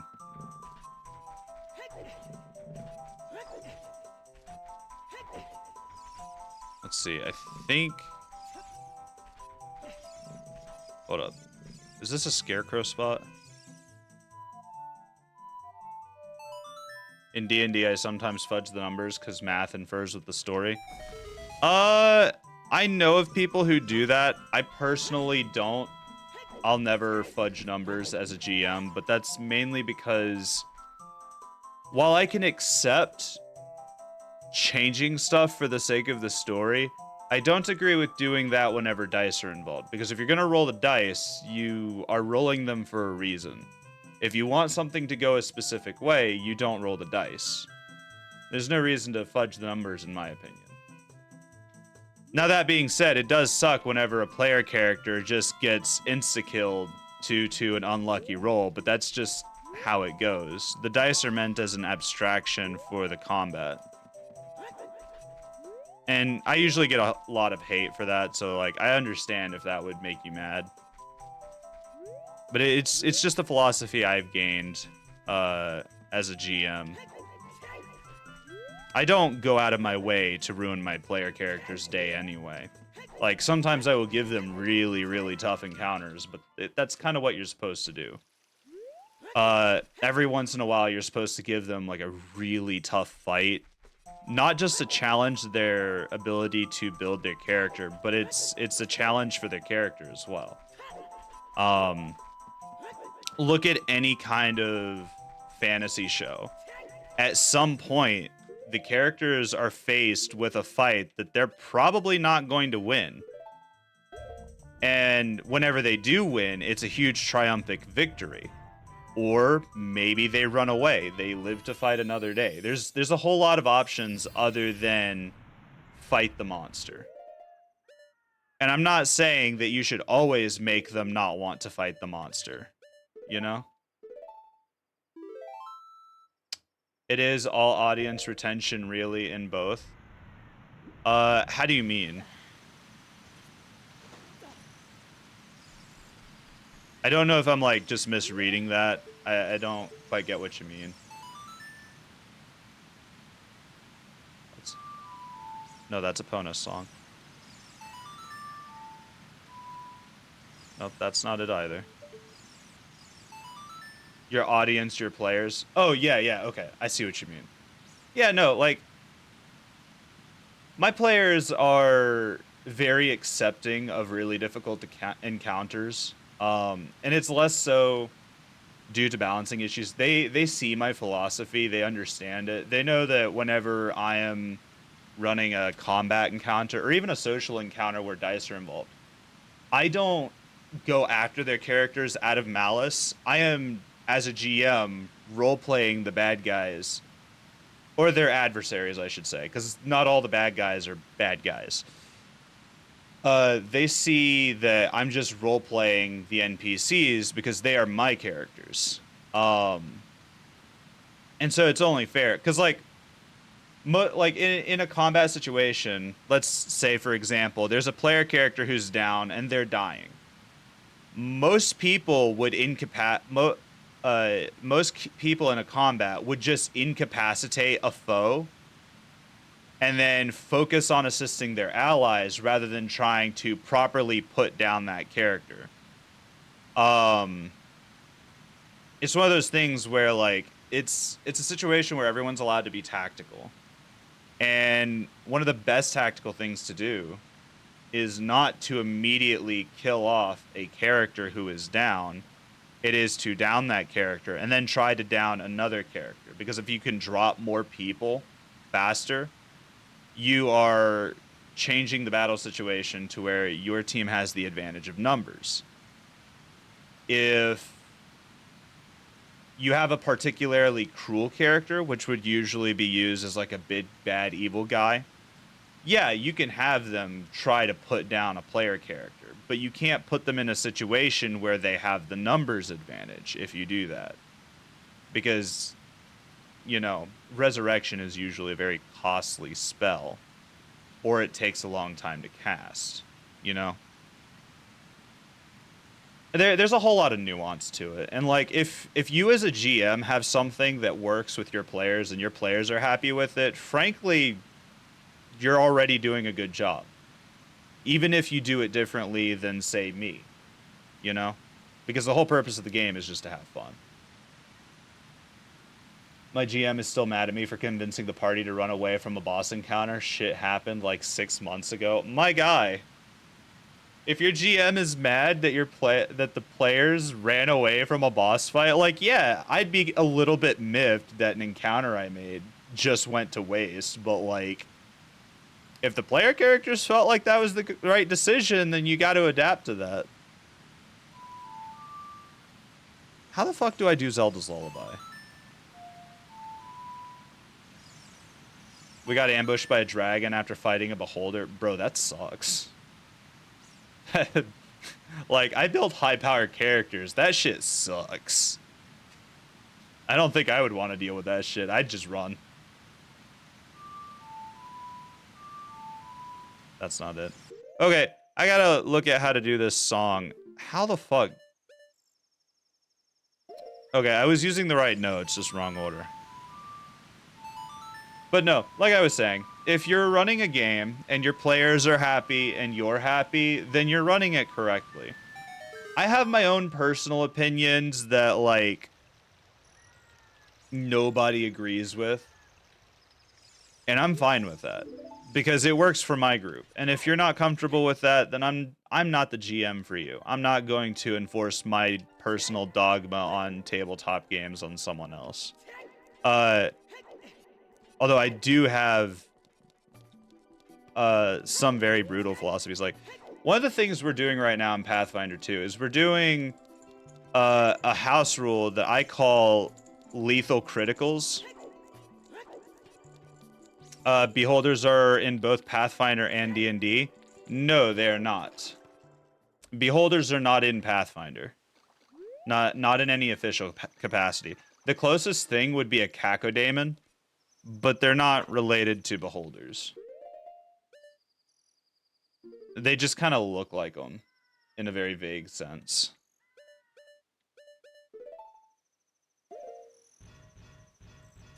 But that's a relief. Well, I mean, it wouldn't be too difficult to make one, especially with Pathfinder 2's monster building rules. They're very, very, very diverse, and you can make pretty much whatever you need to. Because the monster building rules don't function at all like the rules for building player characters. So, like, if you need something to have a shotgun that has a 30-foot cone of damage, you can just have it do that. And then whenever the players kill the enemy and take that shotgun, you can just say, oh, it's beaten, battered, and broken all to hell because of the fight, and it no longer works. Easy. Or if the tech level is low enough, they don't know how it works, so they can't use it. Simple. Yeah, no. As far as house rules go, I have one that my players both really enjoy and really hate. Uh, we call it lethal criticals. Whenever you land a critical hit, you don't just do double damage. Your minimum damage becomes the maximum damage of a regular hit. So if you do like a D10 plus 1 damage, you would double that normally. So it would be 2d10 plus 2. But with the lethal criticals, you get 1d10 plus 1 plus 11. So it's 1d10 plus 12. You get the maximum you get the maximum possible value first, and then you roll. And so that way you're always doing above your maximum damage for a critical, and it's never a disappointing hit. It always hurts something.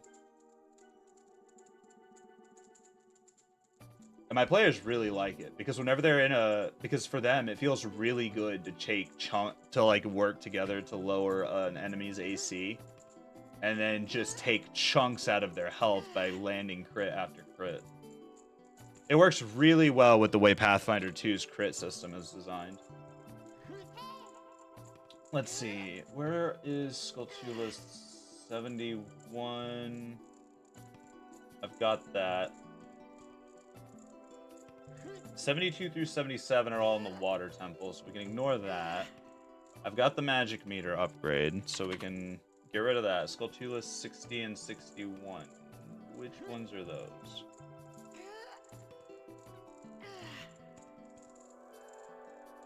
Those are the ones from the fire temple. We can erase those. We've got the big quiver, so we can erase that. We've got the pose, so we can erase that. We've got claim check and Bigoron sword, so we can erase those. Heart piece number 8. I still have not done that one. Which one is it?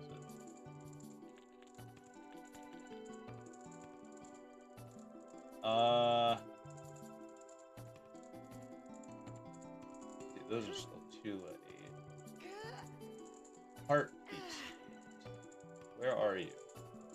The Bomb Chew minigame. Did that one. Heart piece 14. Which one is that?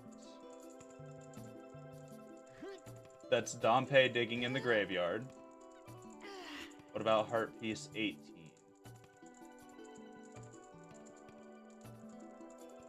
Kakariko graveyard used the magic bean that I planted, which I haven't planted a magic bean. Alright. We have some pretty funny homebrew rules in my Monday game. Ooh, tell me about it, Platinum. Hey, Pax Rex. It's going. I'm catching up on the last of the stuff that I had been skipping out on. In order to, clear up my list before we go to the water temple. Alright, let's see here. My brain just shut down. Hold up.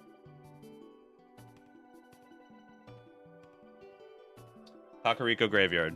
Bean. Got to go to the Temple of Time. Go back to Child Link.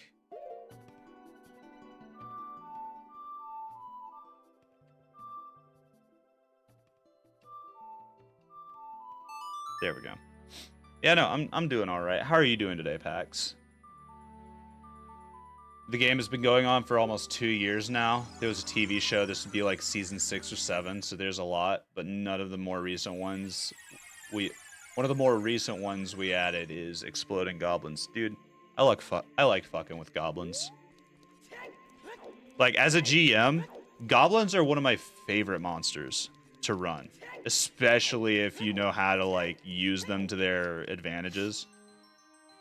Players at, like, level 12, level 13 will see a group of goblins and be like, oh, this is going to be an easy encounter. And then they're shooting fireworks, lighting explosives, being a general menace. It's great. Doing well, thanks. Work trying to murder me, but that's new. But what's new? Not that's new. I can't read today. I'm sorry, Pax. If I misread something, please correct me. My brain is today. We're talking about tabletop games right now, namely Pathfinder and D&D. Our crew has about 30 goblins as members right now. My players have taken over an army of gnolls and added them to their ranks after capturing a keep from some giants. We're level 12 right now. Goblins explode for 10d10 damage. Whoever's running that game is doing it well. That's all I have to say.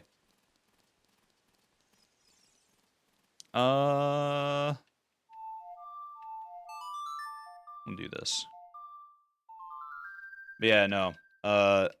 Goblins are great.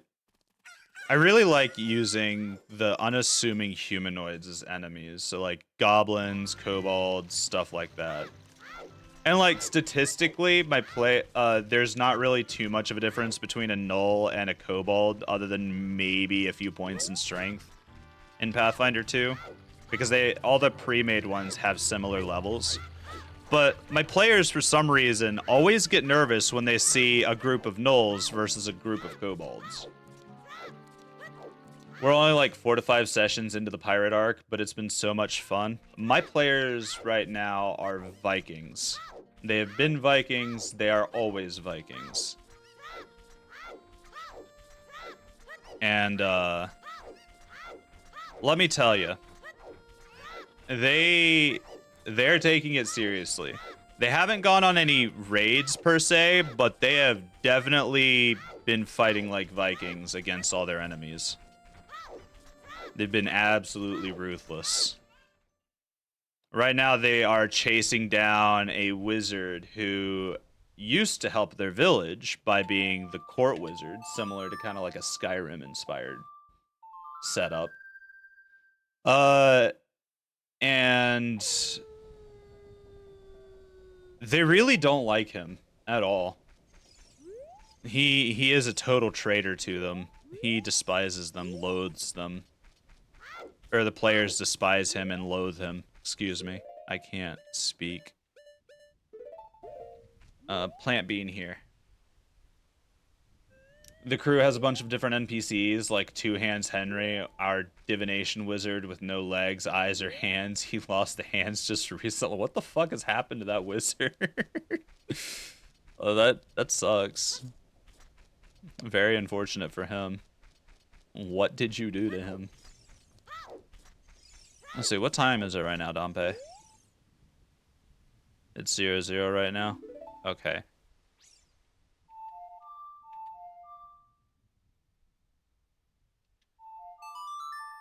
Alright, there we go. Well, we've gotta wait out this timer in the Kakariko graveyard.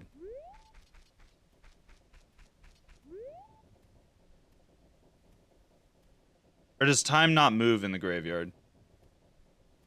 I don't think time moves in the graveyard. So we need to go out to Hyrule Field.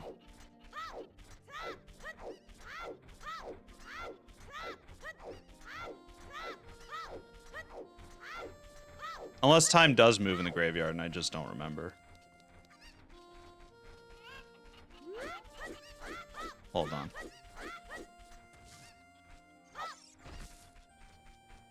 Let me hop my way out of here real quick.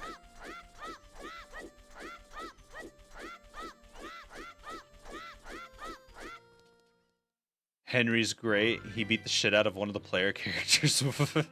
What? Were you able to turn in your hard-earned claim slip? I was. We went and got all 10 of the big pose while we were waiting on it, so that killed plenty of time for us. Dragmir, one of our druids, has been fist-fighting crew members, and so far he's 0 for 3. So he's losing every one of his fist fights and continues to go do fist fights. That's definitely something.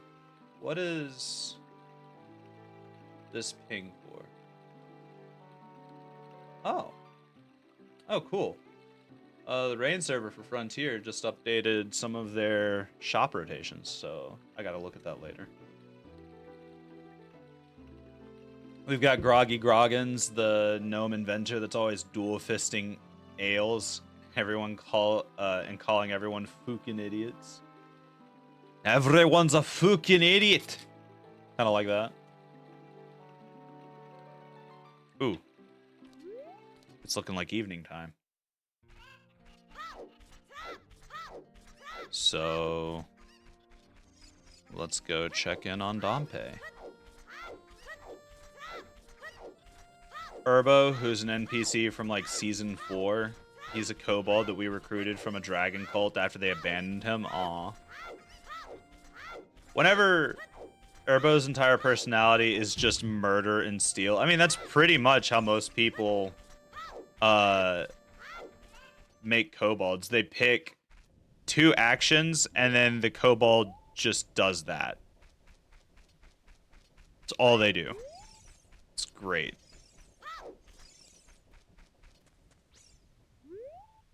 Be quiet. It's only 17:06. Okay, so we gotta go back out.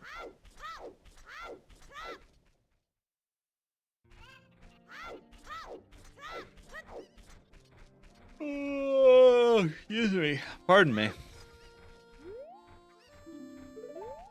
Lady, I already helped you with the cuckoos. Urbo was a kobold, but he received a blessing from a dragon statue, which gave him wings, and he later died, but we reincarnated him, and the GM altered the table and said if we rolled on human, he'd be a dragonborn, because Urbo also wants to be a dragon someday. Well, I should go live life again. Thanks, Father K. Nice meeting you, Platt. Thanks for coming by, Mav.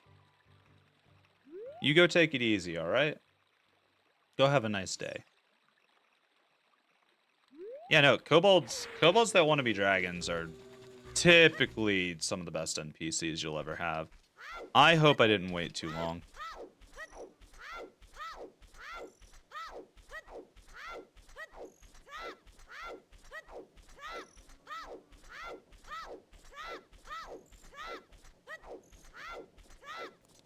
Go this way.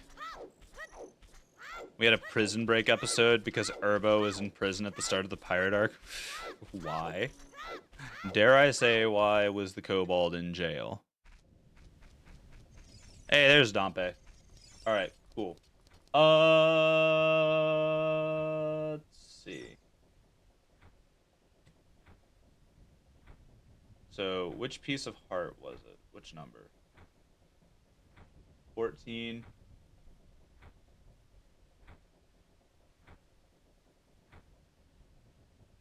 Hey, Dompe to dig in the graveyard. I guess it's random. I'm Dompe the Gravedigger. My face may be scary, but I'm not a bad guy. Let me give you an advertisement for my side business. Dompe the Gravekeeper's heart-pounding grave-digging tour. 10 rupees for you to dig. Nothing. I think I gotta wait for him to do it in front of a grave, don't I missed the session where all this went down, but gave one of our player character druids got a keep from a deck of many things. Ooh.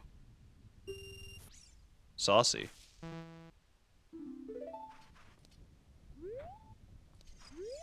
Dig in this spot. 5 rupees. So I gotta wait for him to get over here. All I want is the piece of heart.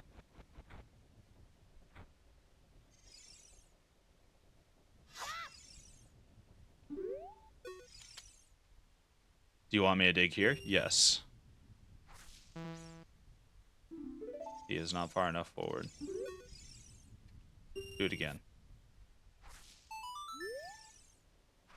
1 rupee. Fantastic.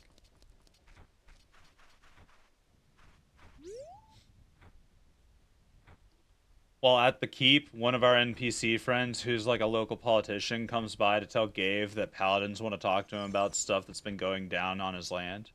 Woo, 1 rupee. 1 rupee is the best rupee. The 1 rupee. Nope, I waited too long. Come a little bit forward.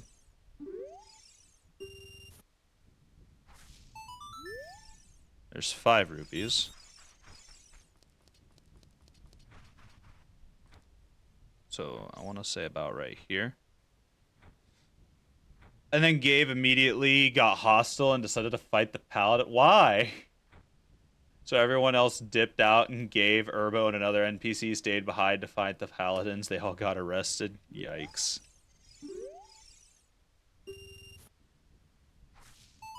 Just big oof on that. Spent 60 rupees and earned 6. Woo. Yep. 10 out of 10. Well, I guess 6 out of 10, but still. I'm only here for the piece of heart, so like I've got money to burn. It's not like I'm short any. Come on, Dompe.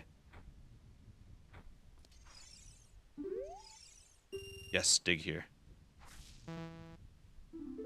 Nope, not far forward enough.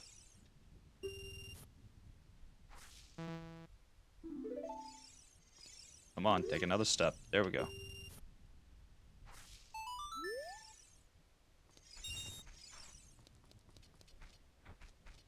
Okay, let's try down here. It's in one of these soil patches, I'm sure.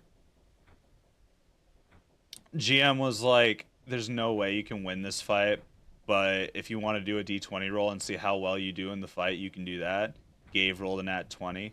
So he killed one of the leaders of the paladin group, and because of that, the city was attacked by a demonic army later. It's great. Alright. Yes, dig. Come on, Dompe. Give me that piece of heart, please, so I can move on with my life. There it is! Alright, cool. Crosses that off my list. See, that's number 14. Number 18, I get Back in the Future. So...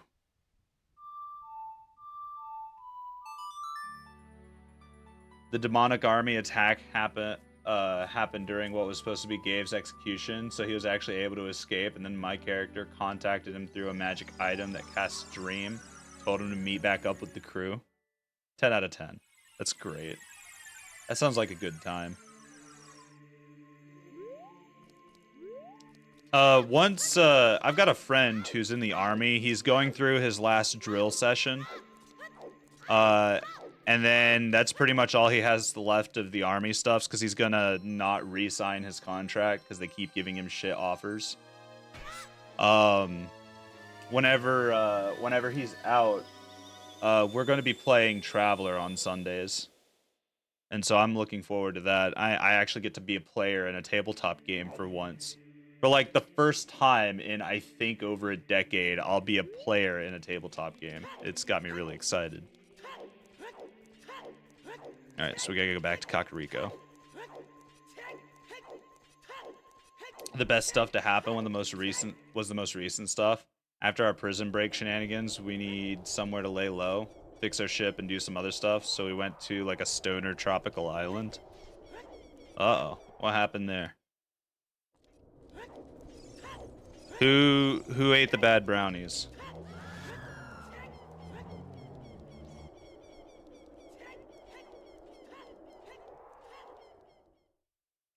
On that island, there was a crew of shipwrecked Cyclops. They were worshipping a coral titan named King Coral.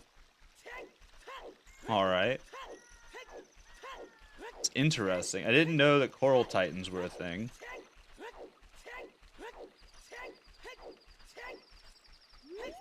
Alright. Let's side hop to victory. They're not, I don't think. What, coral titans? I mean, if you ever need an ocean-themed titan, like, you could. Was this, like... this was Pathfinder, right? D&D or Pathfinder? D&D 5e? Well, I mean, there's plenty of, like, homebrew stuff. Hold up. I'm curious now. No. Coral Titan is not something official in 5th edition D&D. But I like the concept of it. If you ever need a Titan that's like ocean themed, you know, there you go. Alright.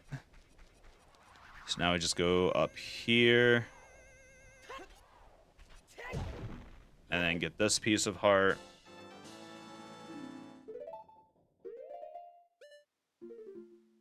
Let's see. So we're caught up on pieces of heart. Are we caught up on Skulltulas? I'm at 67 on this.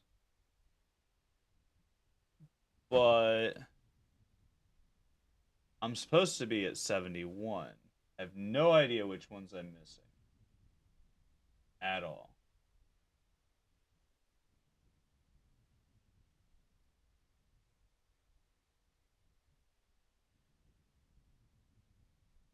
Hmm.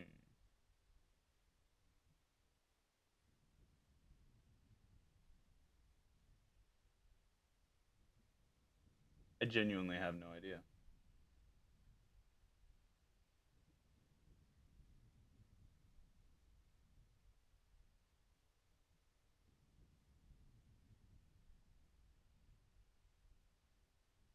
Hmm.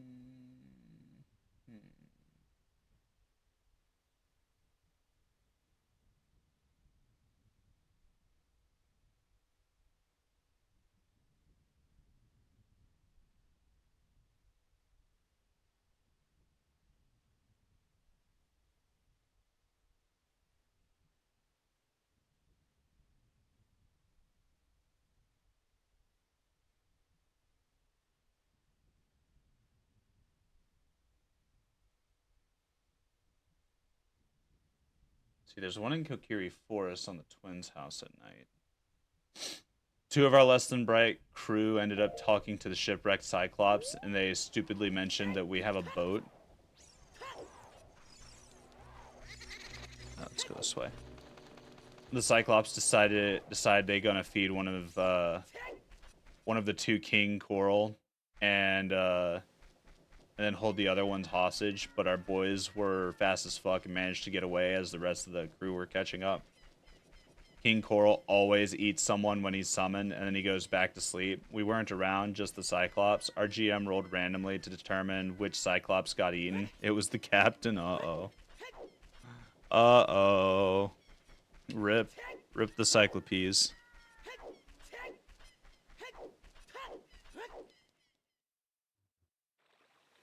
They got riggedy wrecked. Alright. Kokiri Forest is where I want to go.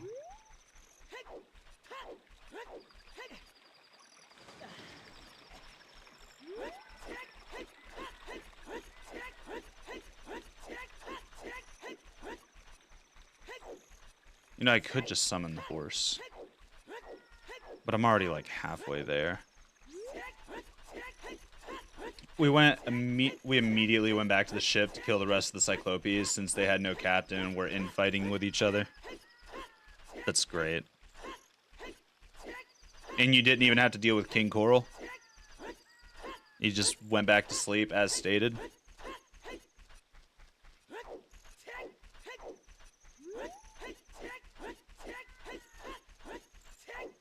Alright, so the twins' house is where I've got to go next.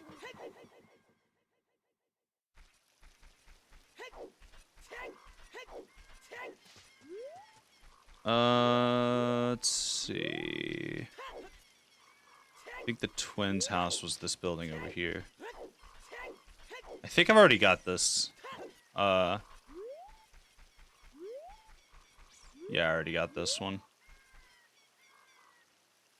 They summoned King Coral as soon as we went to go deal with them, and someone convinced King Coral to eat one of the Cyclopes, and that's what he did before going back to sleep. Oh, fair enough. Fair enough.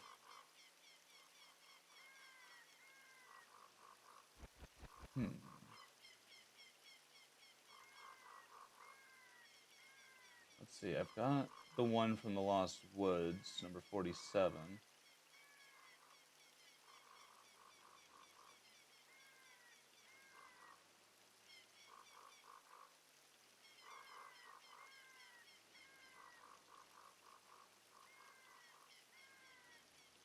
I've got the ones from the Forest Temple.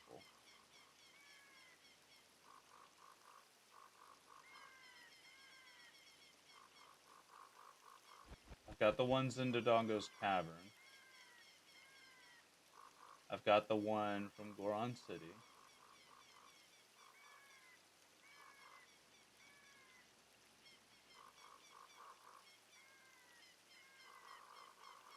I'm missing number 57 because I didn't plant bugs over by the teleport statue. So I need to add that back to the list. Oh, we can get rid of heart piece 18. Skulltula 57. I've got all the ones from the fire temple. I also need to plant magic beans in the past over there. So we'll go back and do that at some point. Let's see, I've got the ones from Death Mountain Trail. I've got the ones from Zora's River. I've got the one from Zora's Domain. I've got the ones from the Ice Cavern. That's the trade quest line. I've got the one from the Lakeside Lab. Alright, well, I guess we'll just go to Water Temple next, and we'll catch up on Gold Skulltulas as best we can. Yeah, King Coral is now the patron of our shipwright. Our GM likes giving us cool little homebrew items, like my character has a clockwork parrot embedded in his shoulder that gives him +1 bardic inspiration, lets me cast Vicious Mockery 3 times a day as a bonus action. Very nice. Our shipwright is a warlock rogue, so he got a coral-encrusted flintlock pistol that lets him apply a sneak attack on spells. Ooh, nice. That's very nice. Alright, we gotta go to the water temple. We gotta go do that now.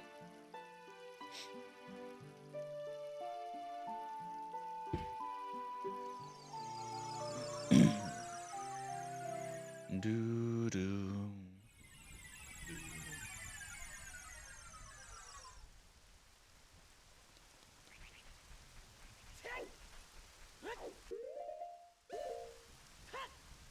Alright.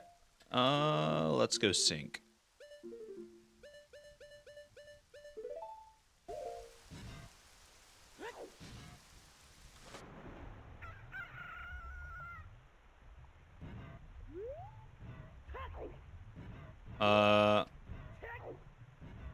Okay.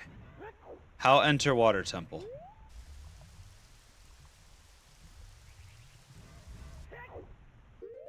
I feel like I'm missing something here.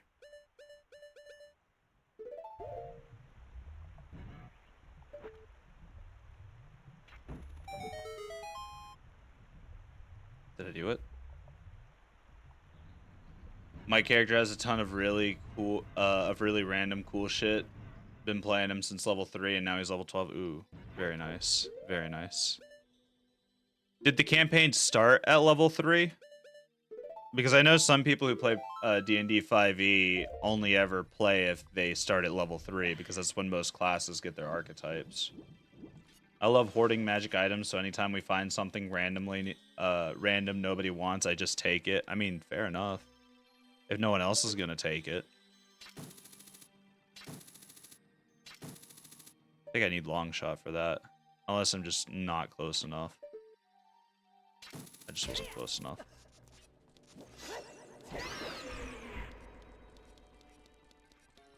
Alright. Let's see here. How did this temple work?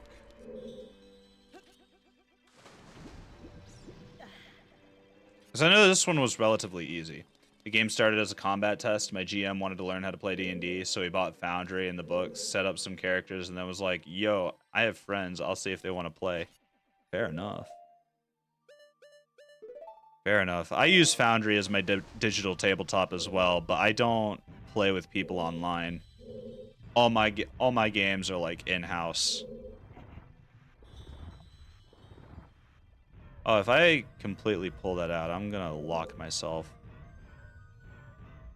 So I need to not do that.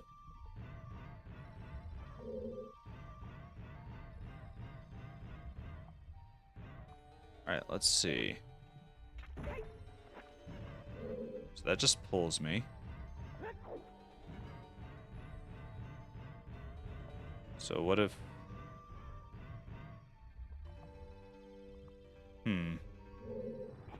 Maybe I do need to pull this out.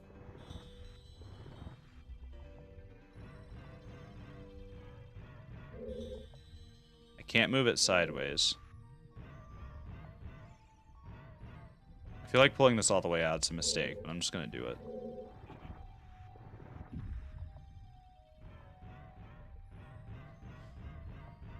I used to play Hella 3-5 and Pathfinder back in the day, but I quit for a while, so this is my first 5e campaign. One of the most iconic items my character has is this cursing crossbow. Ooh. It's a crossbow that swears when you shoot.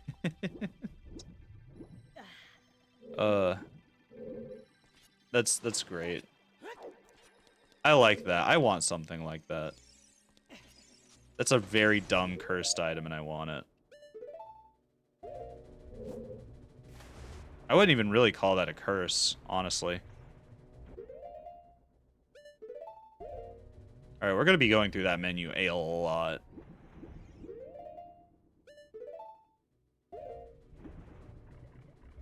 It's actually come in handy a few times, has it? Well, that's good. Ow. Ow. Ow. I guess the inability to draw your sword underwater is what people don't like about the water temple, but meh.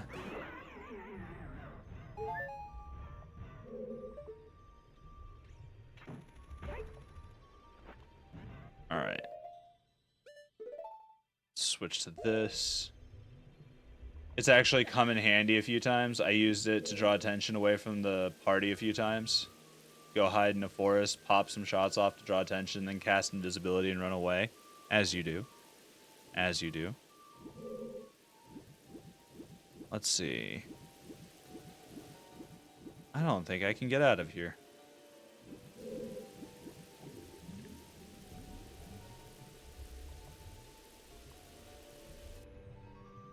And then switch to the iron boots.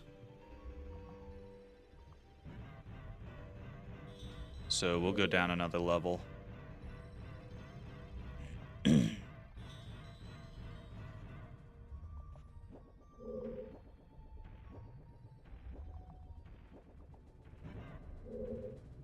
Let's go down here. That is a pretty good way to use that, though. I really like it. Oh, hello. Oh, hey, it's Ruto. Oh, you, if I'm right, Lung. You're Lung, aren't you? It's me, your fiancé, Ruto, Princess of the Zoras. I never forgot the vows we made to each other 7 years ago. You're a terrible man to have kept me waiting for these 7 long years. But now's not the time to talk about love. I'm sure you've already seen it, Zora's domain, totally frozen. A young man named Sheik saved me from under the ice. But my father and the other Zoras have not yet. I want to save them all. I want to save Zora's domain. You have to help me. This is a request from me, the woman who's going to be your wife. Lung, you have to help me destroy the evil monster in the temple, okay? Inside the water temple, there are 3 places where you can change the water level. I'll lead the way. Follow me quickly.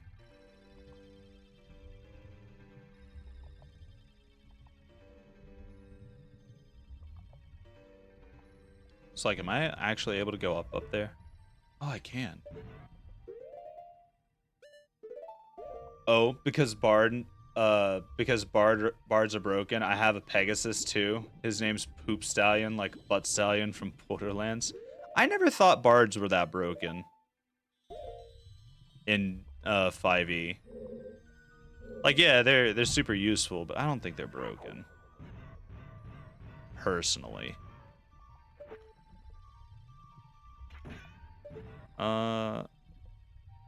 Boot, scoot, and boogie right here, and I can't shoot that in there. Can I use the Megaton hammer underwater? I cannot. You can do a lot with them. I've had Find a Greater Steed since level 10. Paladins don't even get that spell until like level 13 normally. I mean, yeah, but like, horses aren't that hard to come by. Like, if you just need something to, like, move around on, they're not super hard to come by. Mounts aren't.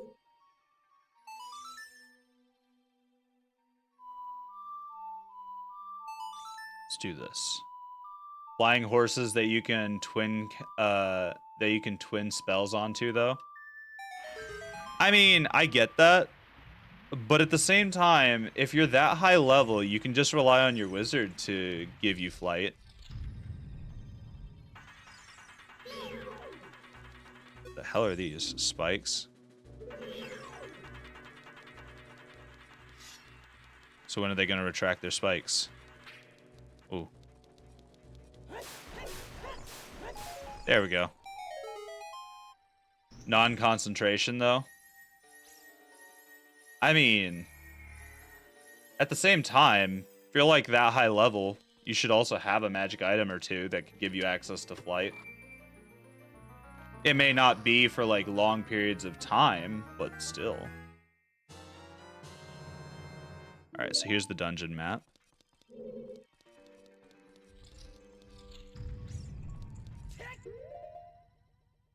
And iron boots.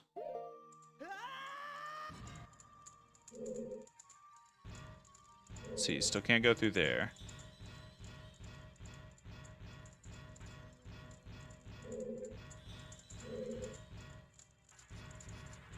Go back to normal boots.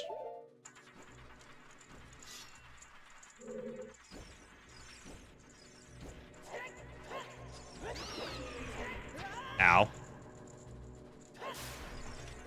Ow. I forgot I can't just guard. I just love the versatility. Oh yeah, no, they're definitely versatile. IDK man, I'd give up one spell slot permanently for non-con flight over an attunement slot. Not saying that other classes aren't broken. I just think bards in 5D are the most cracked I've ever seen them. Oh, they're definitely good. They're definitely better than they used to be. It's almost 11:30, and I meant to take my break like an hour ago, so I'm gonna go ahead and take a break, run some ads, get pre-rolls out of the way for new people for like the rest of the stream and all that. Break time, definitely. I've also got to like let my dogs outside so they can use the bathroom. So I'll be back in like 4 to 5 minutes, something like that. So yeah, go smoke, go get a snack, things like that. I'll be back in a little bit.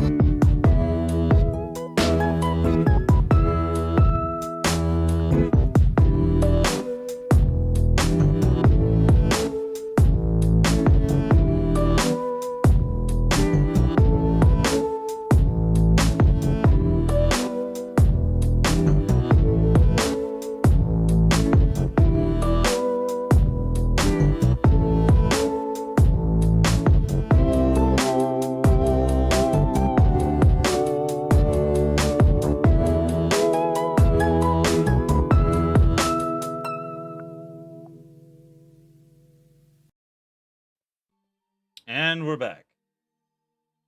Alright. Alright, cool. So, we're in the water temple. Let's go in through here.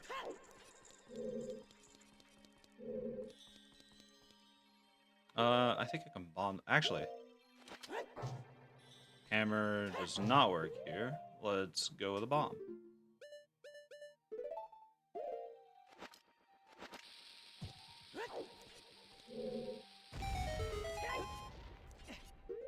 And more water, so we're gonna need our boots again. I feel like the 3DS made these boots a C-stick item. Ow. Internal muscle is the weak point, yep.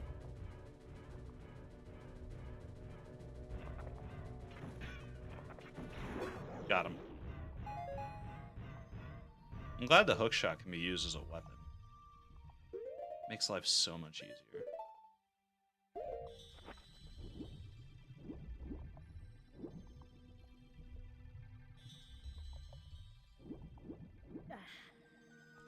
Alright, let's see. You raise the water level without having to play Zelda's Lullaby. Unless the lullaby just drains all the water out.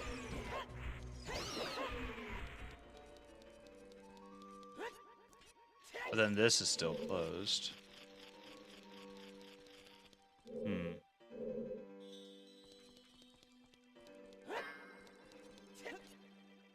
I'm not really sure about what to do here. I guess we'll just keep exploring. And this time we'll just sink. Do-do-do. Do-do-do. Do-do-do. Do-do-do.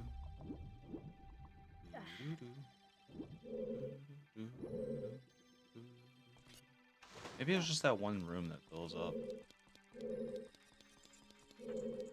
It looks like it. We can apparently do something here. Oh, do we push it? We push it. So let's push this to I don't know where. Alright, I'm back. Welcome back. Welcome back. I just got back, like, I don't know, 30 seconds ago. So, you didn't really miss out on much.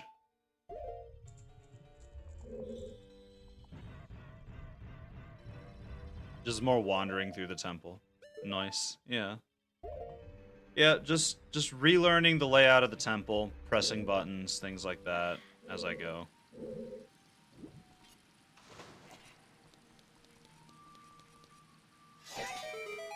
Let's see, let's slap this.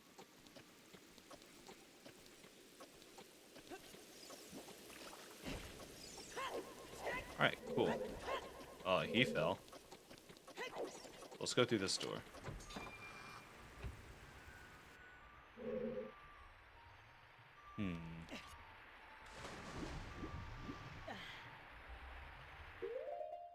Turbulent waters. Let's put on our boots.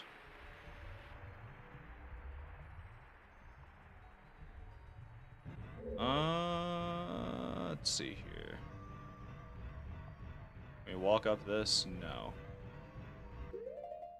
But we can take off our boots and swim over to here. No, we can't. Oh! Ooh. Big brain.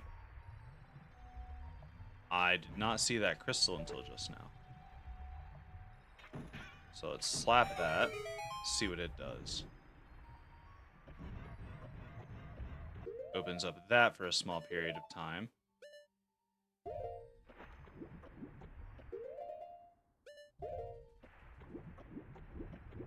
Alright, I need to, like...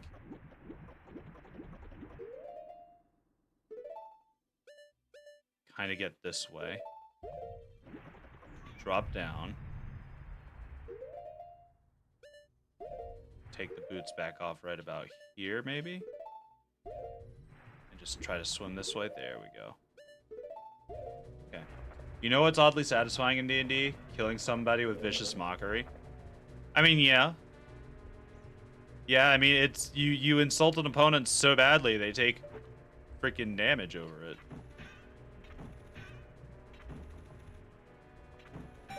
Oh. I don't feel like I should have been able to do that. Ow.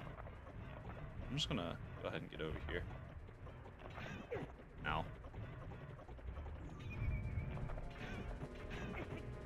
My guy. I am literally shooting you point blank. Perish.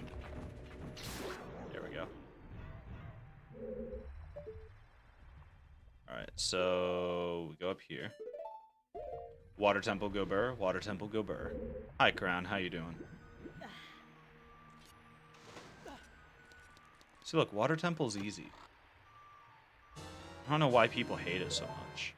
I have a small list of things I've killed with Vicious Mockery, a werewolf, and a bridge. You've killed a bridge? How did you kill a bridge? Explain that one to me, hero.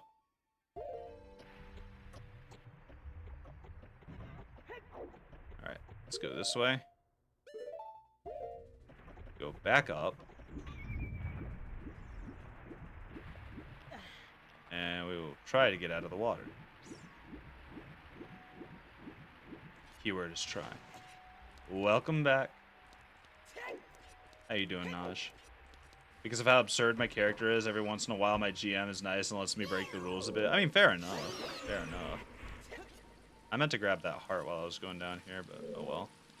So, what happens if we use boots on this? Do we sink? No. This is weird. I don't like this.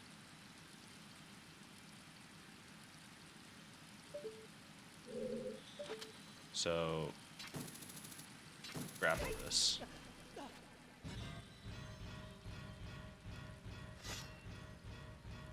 We were running from dinosaurs in the forest when we crossed this bridge, decided to cut it from our side to stop the dinos from catching up. We all rolled attacks and damage, and I was the last one to go.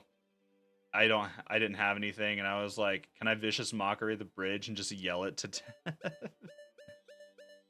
I like the absurdity of it. I couldn't let my player do something like that though.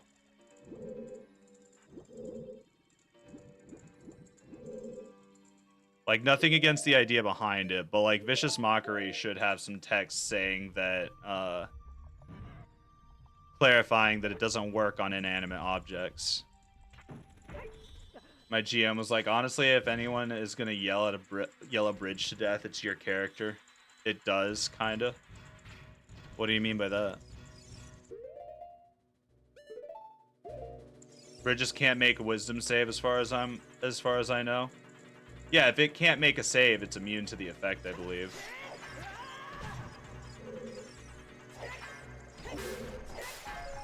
I believe. Now, I'm not super knowledgeable about 5th edition, so I could honestly be just totally wrong on that. I'll just go ahead and clarify that right now. Like, 5e is not my forte. But what if I just light these guys on fire? I have magic. We can do this.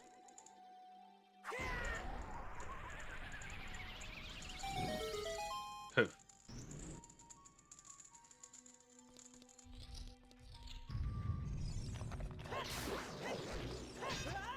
Ow. Ow.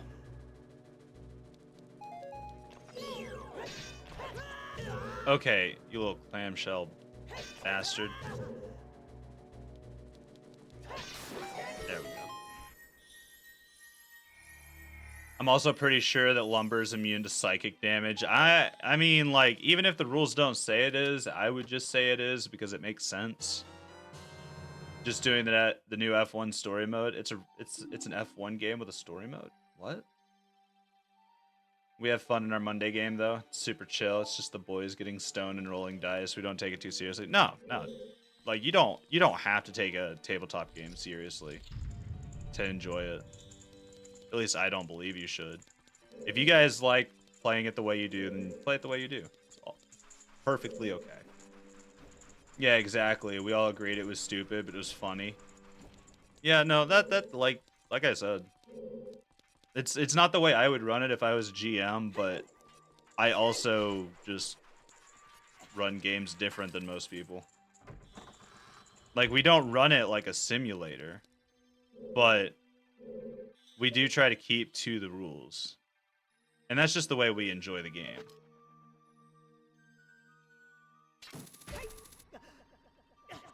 Every once in a while, I'll run something that's a little on the crazy end, though.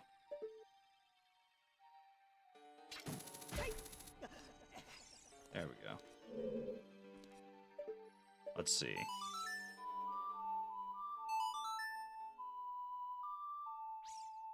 Do do do do do do do.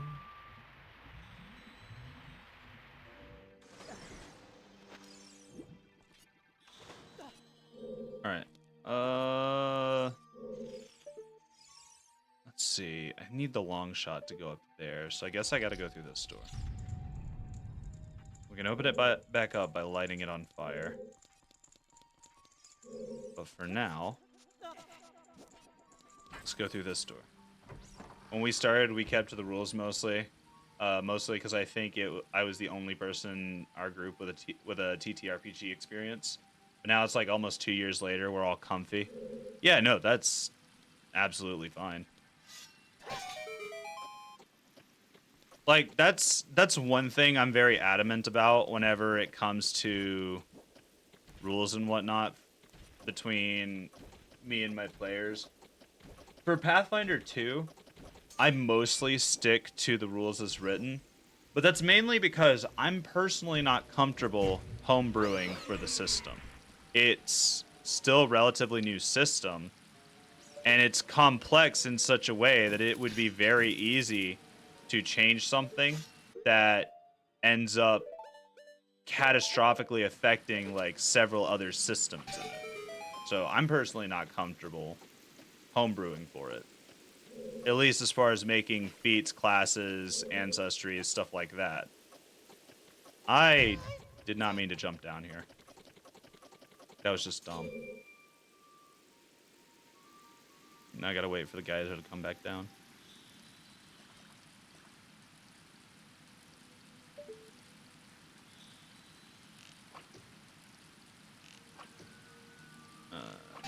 There we go.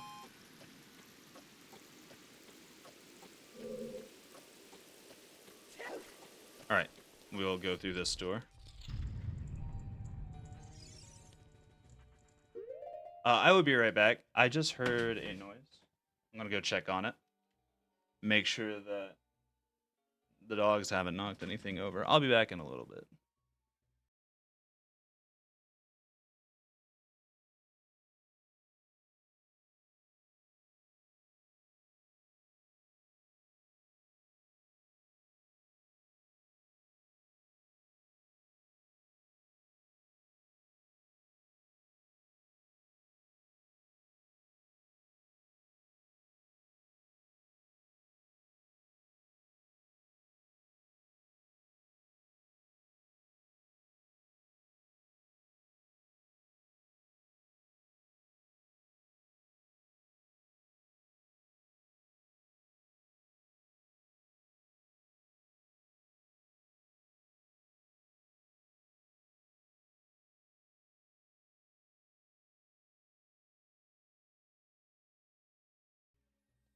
Okay, false alarm. It was one of the dogs, like, knocking over something. They knocked over a freaking table. Alright. There we go. My character has a bunch of random little homebrew feats and abilities, but they were all obtained through the story. No, that's one of the best ways to go about them, honestly. Is to just do it through story. Mr. Tech Tyke, please no. Thank you.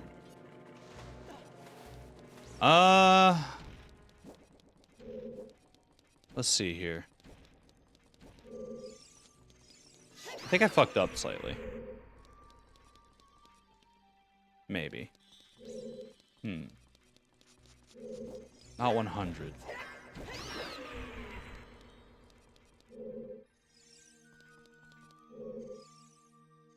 Wait, does Scarecrow's song work here?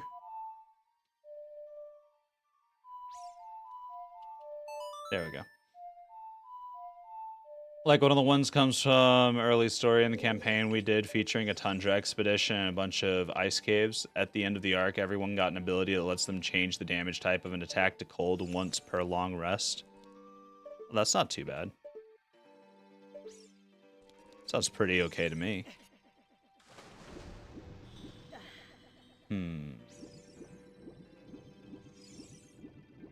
Yeah, I fucked up a little bit. See, that's the entrance.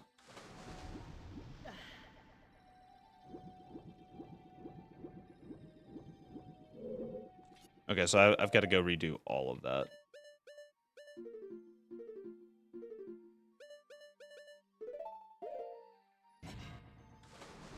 So, go back down.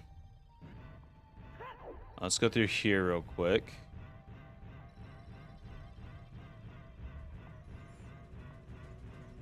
No, nothing in here changed. So we can go back. Yeah, it's mostly for flavor, but it came in handy in like 1 or 2 fights. Oh, I'm sure it did. I'm sure it was super helpful in those fights. My controller just died. Well, do I have another one in here?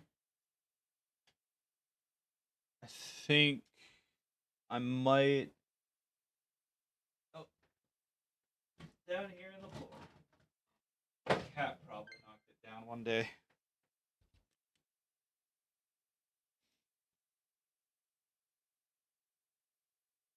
Since the campaign's been going on for so long, a lot of the NPCs aren't original anymore as well.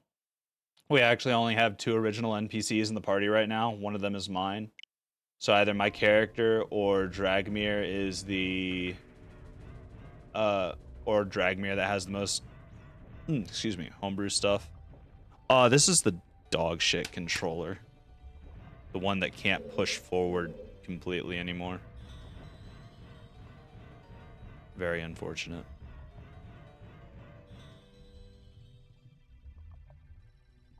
I need to like take it apart and fix that at some point.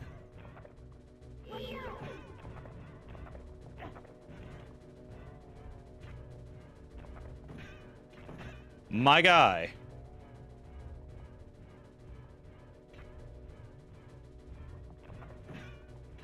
I actually can't hit you. You've bugged yourself. Open the fuck up. I actually can't hit him. That's not fair. I'm just gonna leave. You can't follow me up. I meant PCs, not NPCs. Oh, I thought you were saying NPCs.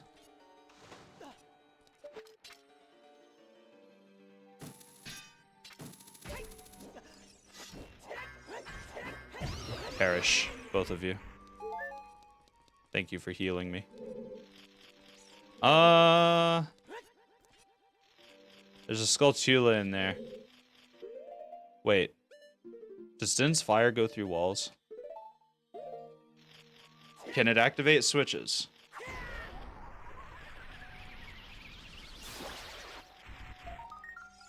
It killed the Skulltula, but it did not activate the switch.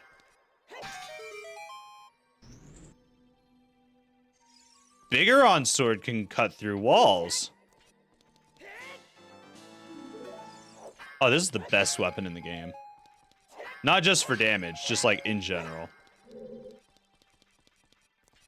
That should not have been allowed. I typed NPCs, but I meant to type PCs. No, that's fine. That's fine. Typos, bro. They happen. The arc before our current one was the big forest expedition where we went to this massive forest jungle swamp place called the Gloomy Forest.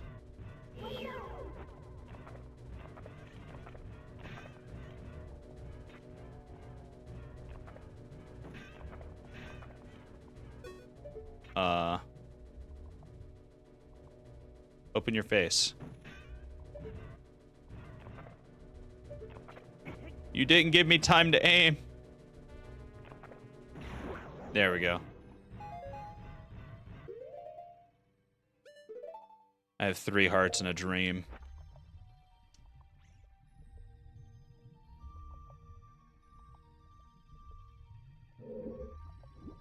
Alright, let's go this way.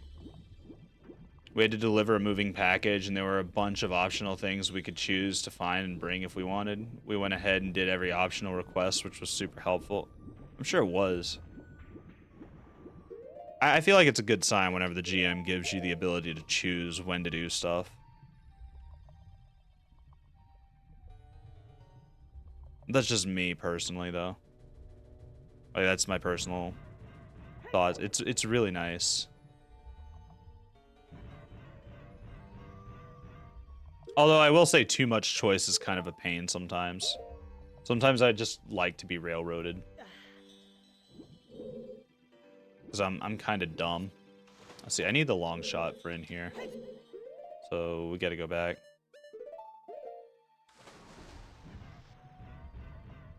Because at the end of the arc, we found a city full of gold, and the stuff we brought was used in God's stew, which we used to go on a psychedelic trip and meet some gods. The gods offered a party a bunch of trials, and if we completed them, they would grant us boons. Ooh, saucy. Very, very saucy. And that's where you got your, like, ability to change damage types or whatever? Link cannot climb that. Lung cannot climb that, excuse me.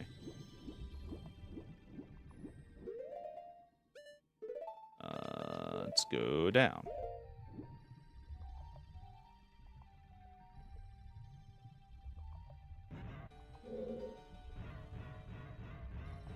My character managed to snag a few boons. One was for out drinking the dwarven god of drinking.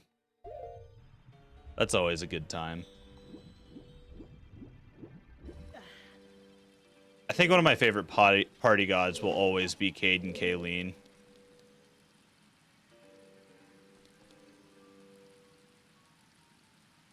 Let's see.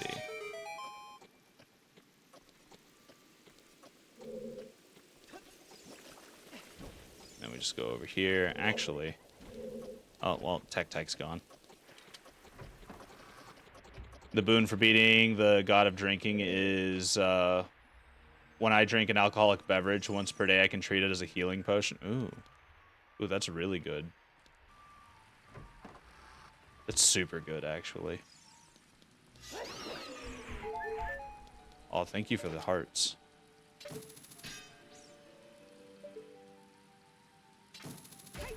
Oh, that worked. Okay, whatever. I got myself a little bit lost whenever I fucked all that up.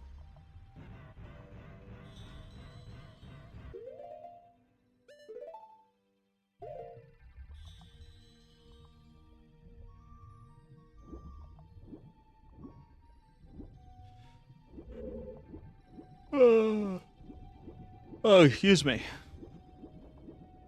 Not trying to yawn. Oh. There's a thing I should shoot whenever I can get the water levels back down.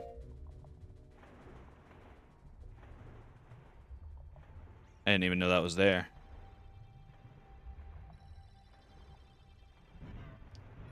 My character has a flask that never runs out of booze, so my character will just casually start sipping on his flask if he gets hit in combat. That'd be hilarious on a drunken fist monk. Yeah, it really would. The other boon I got was from a dragon who was like the god of long life. Let's see, I feel like I've been through this hallway. Let's see, is this one of the ones I can't do without the long shot? No, I've already done this one. I cheesed this. This was where the Skulltula was. I rolled insanely well during my trial for the boon from the dragon. Ooh. What'd you get?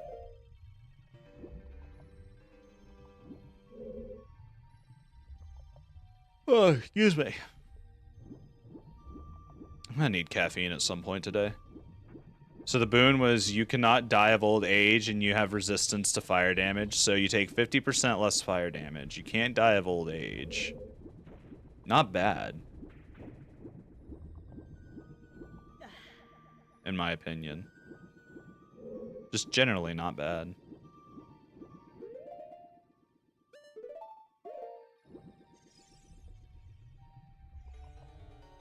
Let's see, I went down through that. That's one of the lower things. Which fits my character so well because his entire personality is I love money and don't want to die. I feel like that's any band of heroes though. Is I love money and I don't want to die.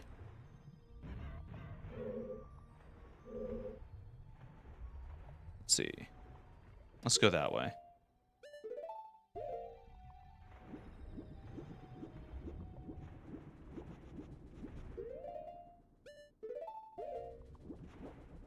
I fucked up a little bit by pressing a button I wasn't supposed to.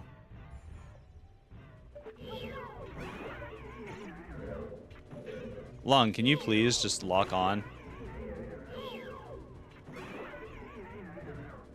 Okay. God, that is so annoying. Okay.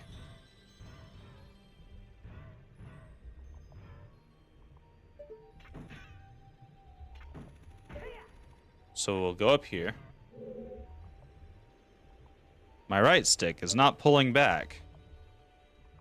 There's another issue with this controller. I'm gonna have to get new controllers at some point. Alright. Let's see, so we're in here. We don't need our boots.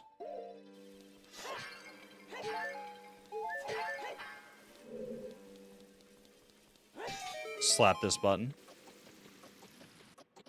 Oh, I'm gonna have like no time to get over there. Let's see, I believe this is more than likely the long shot.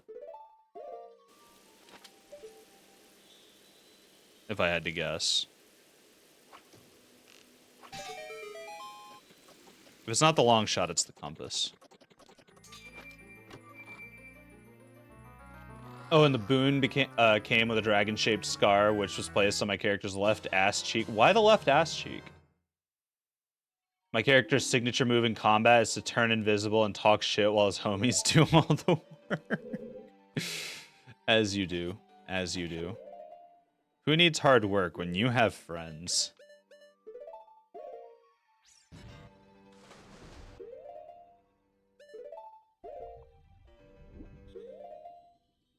Can I please set you to the C button? No? Okay.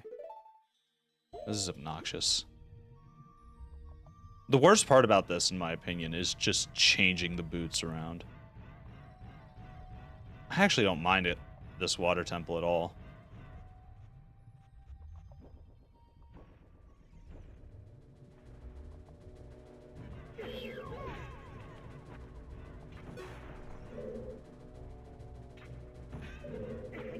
Come on, Long. Thank you.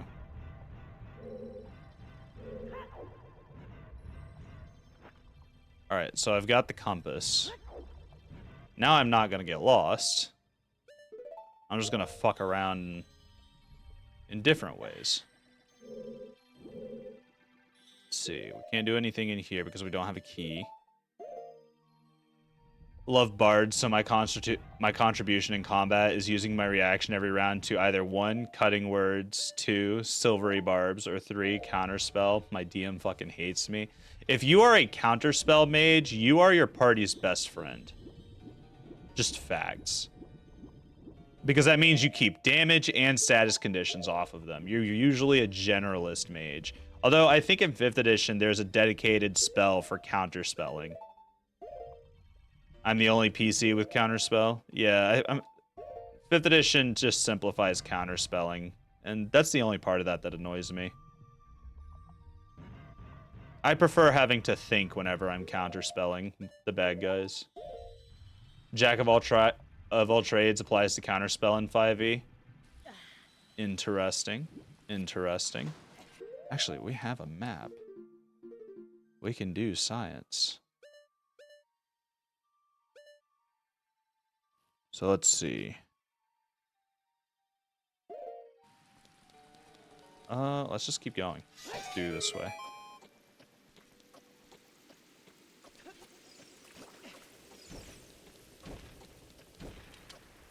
And then go into this room.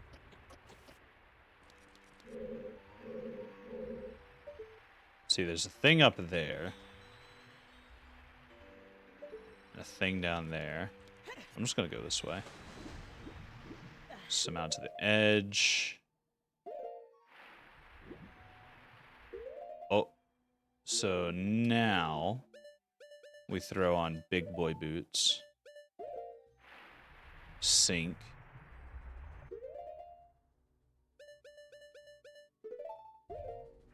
And then swim over here. There we go. Okay. Jack of all trades applies to basically everything in 5e. It's fucking nuts. Yeah. It is a little on the silly side. I'll agree.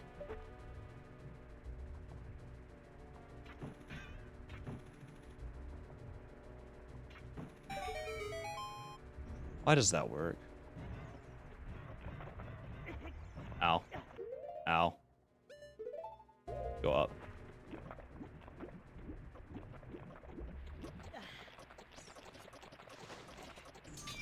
Let's see. All this was a way to get into this room. So that was kind of useless.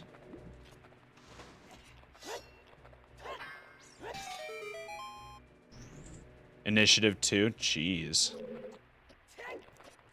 Yeah, no, Jack of all trades I know is one of the more broken feats. Just because of all the stuff that it applies to. Did I make it? I made it. Like, I don't have an issue with broken feats so long as they're used with responsibility, but, you know.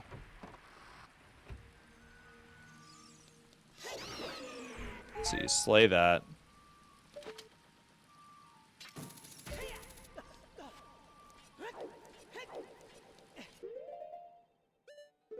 Alright, put these boots back on.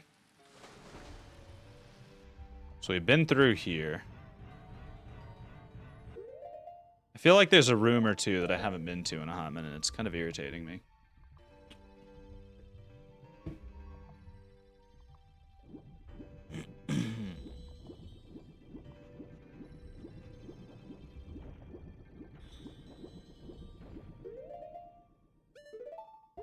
Wait, isn't there a way to go in through the center pillar thing? Yeah, the door's right there, but I need a platform for it. Which is being held away due to elevation. What was in here? Was Ruto in here? I think Ruto was in here. Yeah, and you go up in here. That's right. That is the correct answer.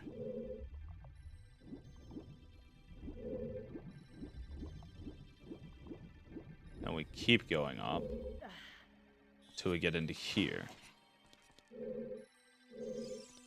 And this is where we play Zelda's Lullaby. Do do do do do do do. All right, So we go in here. We had gotten the box.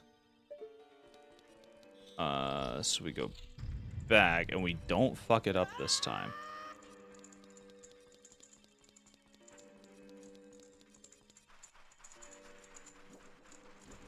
All right.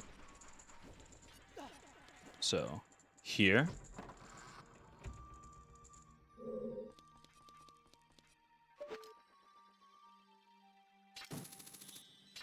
And we launch ourselves to this block.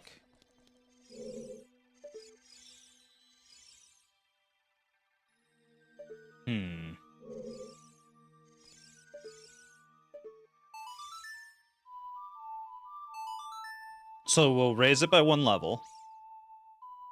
And we'll move along.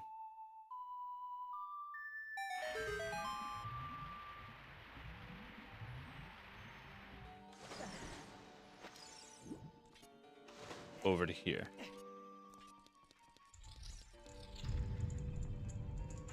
Alright, and so first thing we'll do is... We already fucked it up. No, we didn't. Because I'm supposed to shoot you.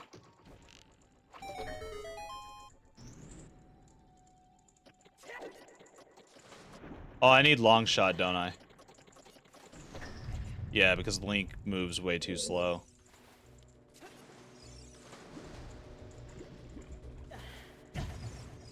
Okay, so I need long shot for that. You're gonna lurk for a bit? Good luck with the temple. Oh, thank you, man. And thanks for the lurk.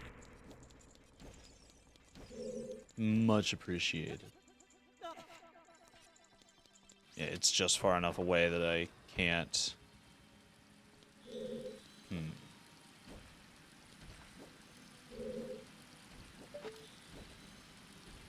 Let's see, we went up here.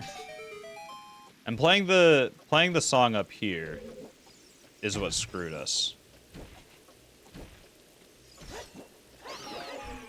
Take out that Tic-Tac. So that puts us in here. We don't want to play Zelda's Lullaby here. Yeah, I see you, Navi. I don't want to play the song.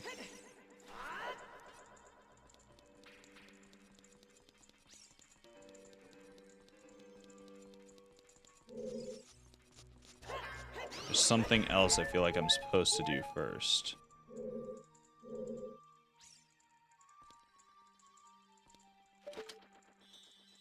And I think that may be to hook shot over to here. Possibly.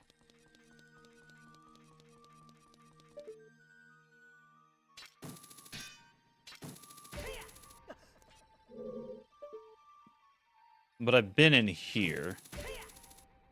Did the external water levels affect this? No. This is just where one of the boxes are. That's where I got the compass. So we go this way.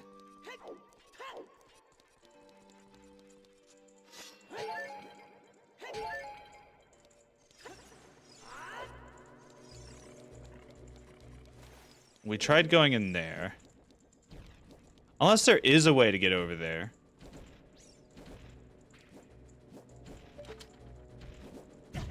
Ow.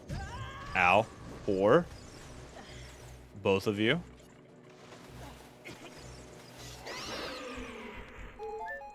You're gonna give me all my hearts back.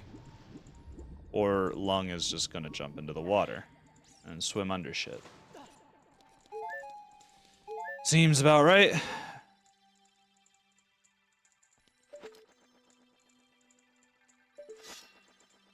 Let's see. I might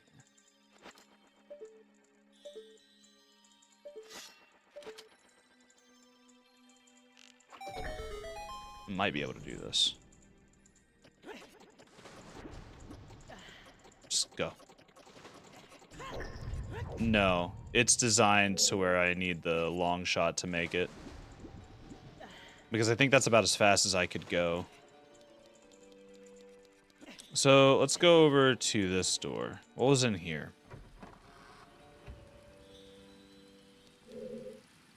Okay, that's the compass.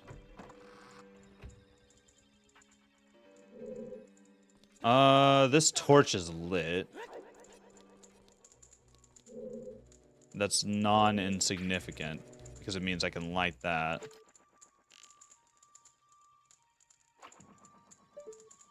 From over here. And get back into that room.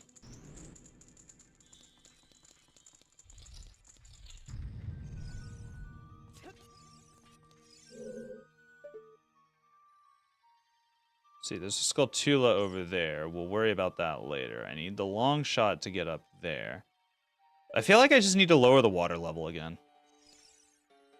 Can I do it from in here?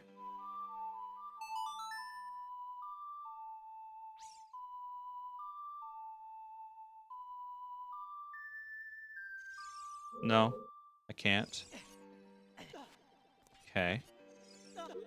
So what about just using the boots in here to shink? We cannot use that door, but there's an opening right here, actually.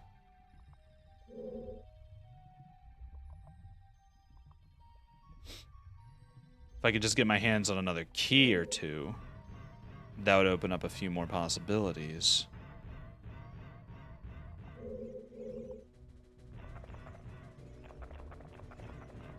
See, those guys are all right there. Oh, I've got to pretty much do it right here.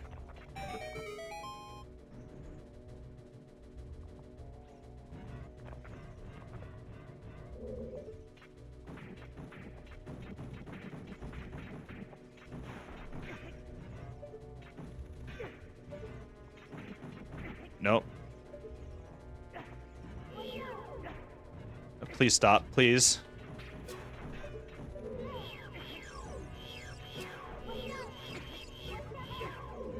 Come on, Link. This is cancer.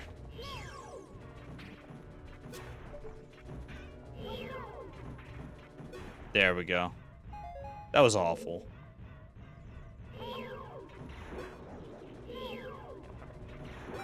There we go. Okay.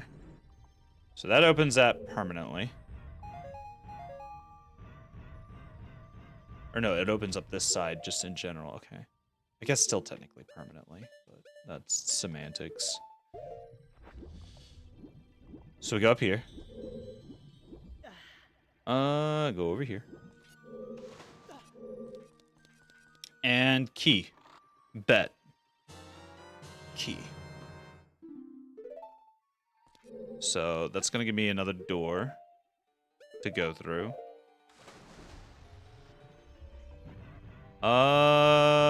Is there anything over here if I go up? Or is it just where it was storing those baddies?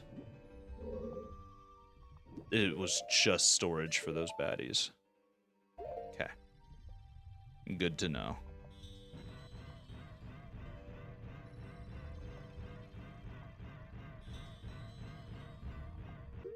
And so, let's float up here. I do not remember which door was locked, so I have no idea which way to go.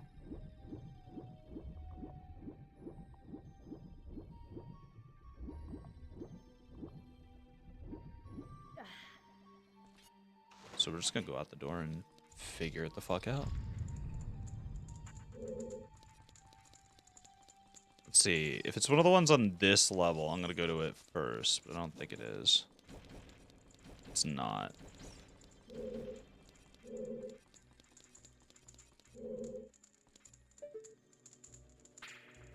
See, there's a door up there. We could totally get to it if we raise the water level again. Alternatively, let's see, what was in here? This is where I got the compass, right? Yeah. So that's the compass room. It's on the left side of the map. What about over there in that turned hallway? Because I know through one of these pathways there was a locked door. I feel like this was not it.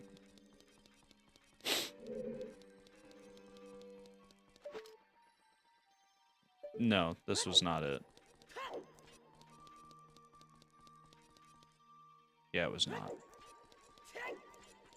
Maybe it was on a lower level.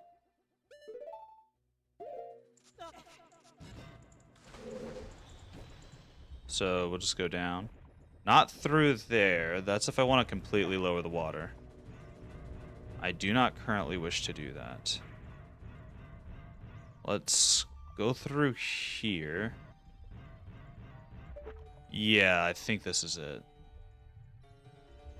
Unless this is the one that specifically needs the long shot. I can't go through that door if that's the case.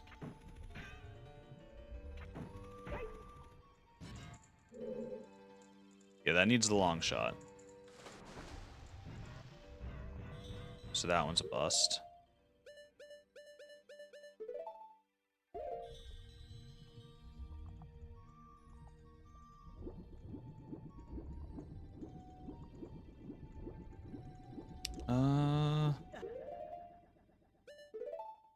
Let's go down over here.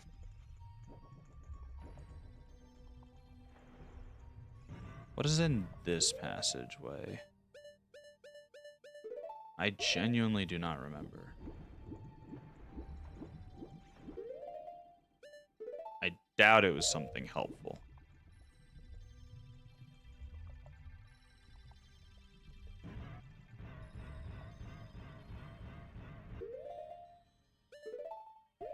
Unless it was.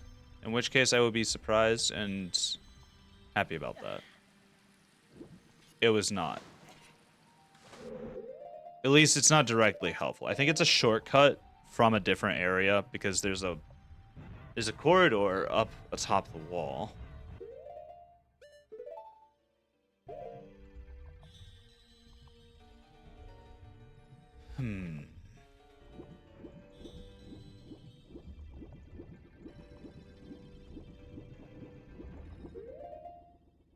What happened?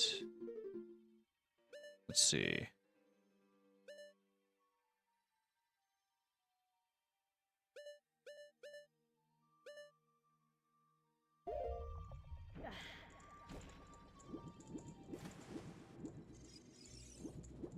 You know what?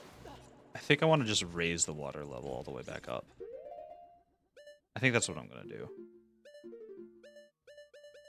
Because there is a door that I know I can get to with the key. And I want to go do that. So I think it's this way. I let Link swim all the way up. Is what I'm supposed to do.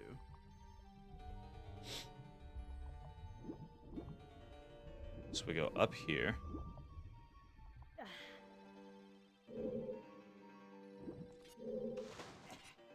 Oh, wait, no, we can bomb this now, actually.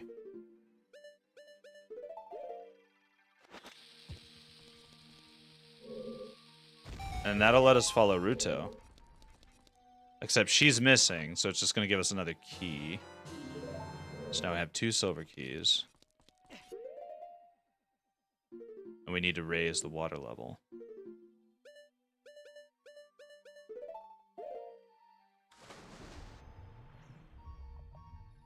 How are we going to do that with our setup, though? Do I need to leave the temple? Might need to leave the temple for that.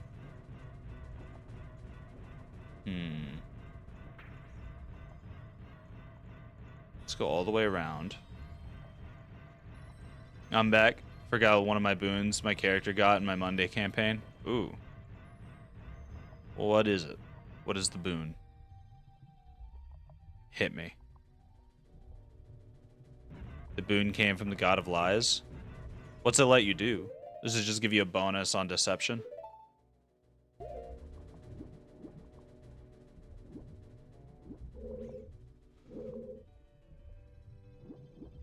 Oh, that is not a passageway I need to go. Reroll any charisma-based skill check once per day. Oh, that's not too bad. What is the camera doing? You know, that's pretty good. Also, was it just me, or was that a really long roll?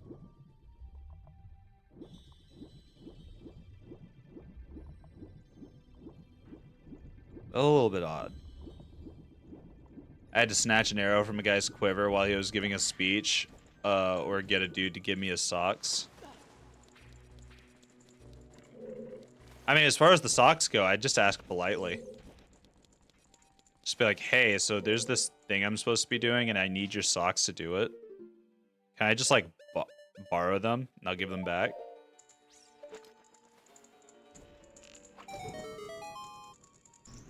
I ended up making a bet with the sock guy that he couldn't get an arrow from the speech guy. That's funny. I like that.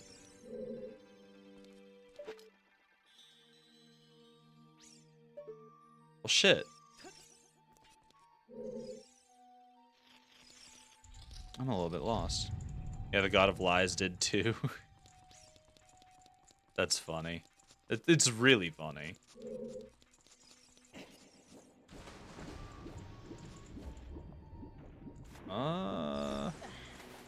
If I leave the water temple, does it reset where all the water's at? I think I might have slightly soft locked myself as far as progression goes by doing some of these out of order. Hold up.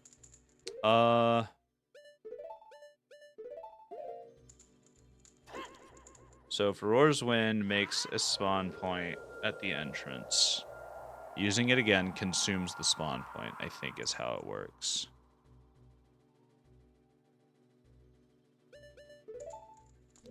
No, it creates a warp point. It doesn't let me leave. Okay.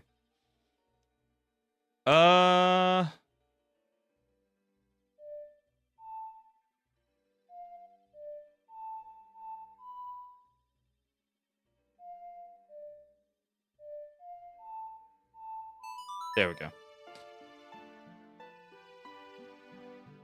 I've got stories and stories of hilarious things from my Monday game. Oh man, the 13-sided dagger. 13-sided dagger? Rip the 13-sided dagger. Our GM gave us a silly homebrew weapon as a joke, not expecting someone to actually use it. Like we'd keep it as a trophy or sell it or something. So what did it do? If it's a 13-sided dagger, how does that work?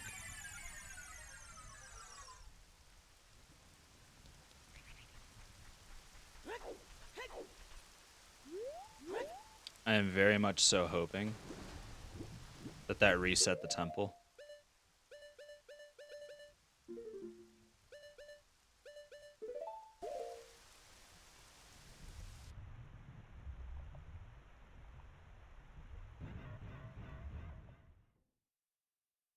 It was 13-sided dagger, an exotic weapon you could never have proficiency with.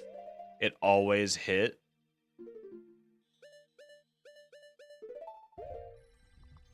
And if you hit, you do 13d4 damage. If you miss, you take 13d4 damage. If you roll a multiple of 13, then roll an additional 13d4 damage. That is funny. That's very funny. Also, that did not reset the water temple. Shit. Well.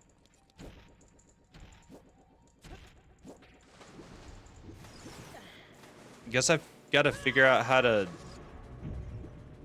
Okay. Tech, please.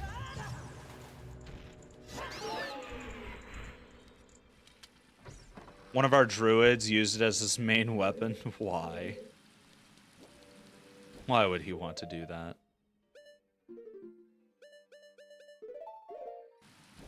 Two sessions ago, he yeeted it into the ocean.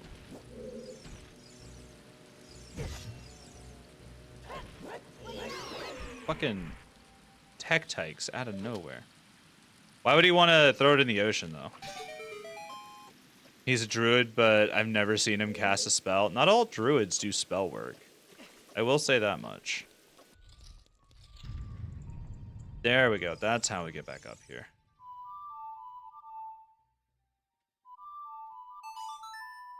There we go. He does cast spells, usually upcast Cure Wounds on himself. Well, I mean, there you go. Some druids just want to be druids for the wild shape. We'd get into a fight, right? And Drogmir. Fucking Drogmir.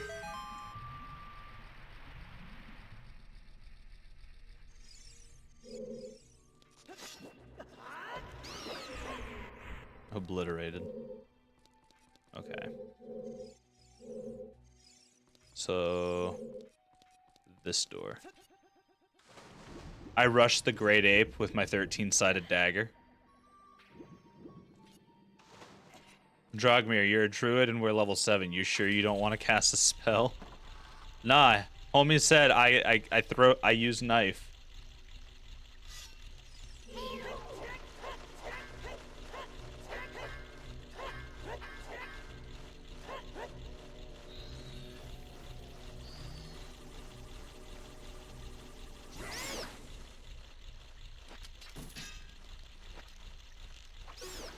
I'm not fucking around with that bat. Okay, let's see.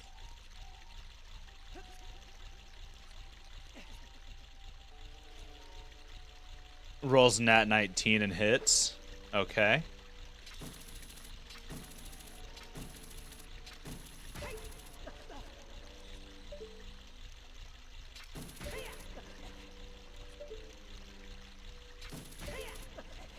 Man was only rolling 1d20 plus 1, and he hit nearly every time, I swear. That is called fortune. And if it works, it works. What the fuck? There we go. Ah, that's what the second key was for. It was to get me in here.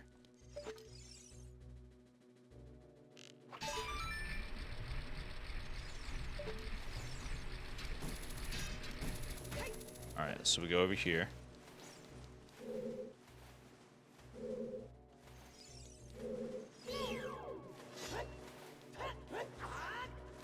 No, bad. He had hit himself with it, and then he'd swing with the dagger again. So a lot of our fights were mostly just trying to keep Drogmir alive so he doesn't end himself with a 13-sided dagger. Homie was like doing his best to prove a point, I feel like. I don't know what the point he was trying to prove was, but I feel like he was trying to prove a point.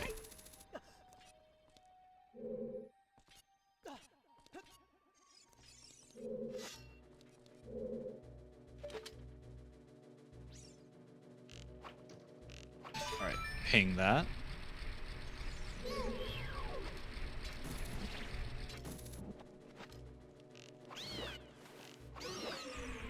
Just perish. Tech-tyke.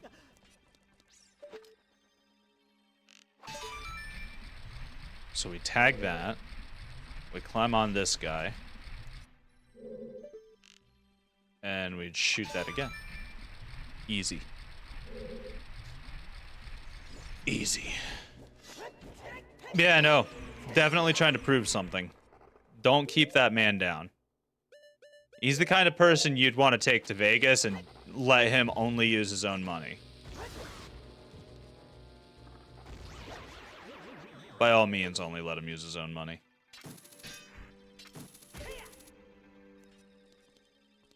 I might as well grab this.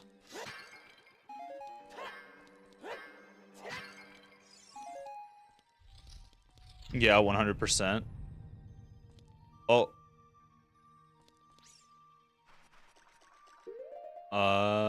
I should probably equip the Master Sword. He's a forest druid and he's been chilling on our boat. Bet you he doesn't like the boat.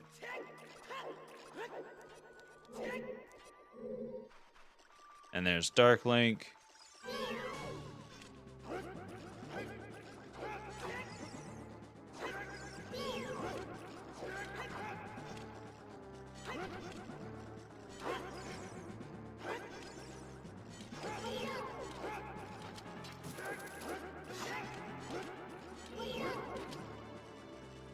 Oh, what if I place Bomba?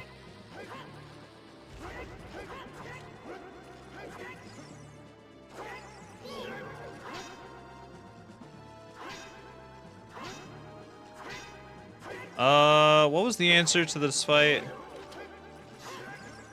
It was not thrusting attacks.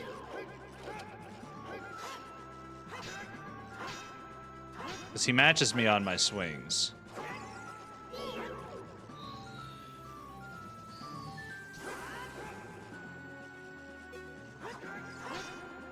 Maybe it's fighting without a lock on? Because he matches everything I do.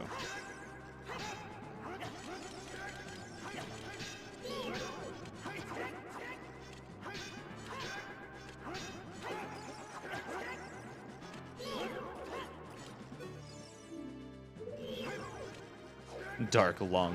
Conquer yourself. Everyone's like, why are you here? Bro's like, my dagger got 13 sides and I ain't afraid to use them. My character, we hired him because he's good at fighting. Dragmir, the next combat, downs himself with a 13-sided dagger. Why 13 sides, though? That's what I want to know.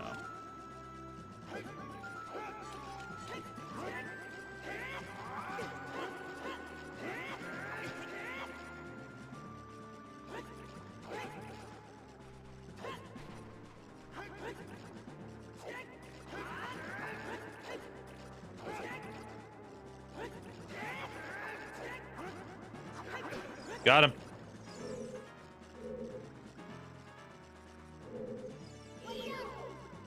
Managed to land a hit.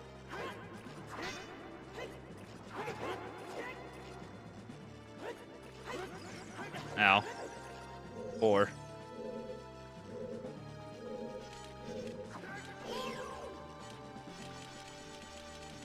Din's Fire is a good option. I could cheese him with Din's Fire, but I don't really want to cheese him.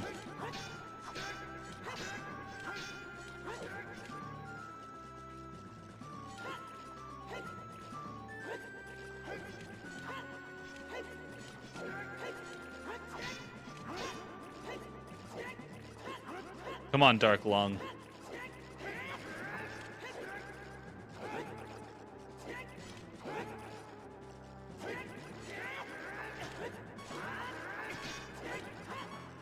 Come on, man. I got 4 fairies. I ain't afraid to use them. I don't know what I did to hit him earlier.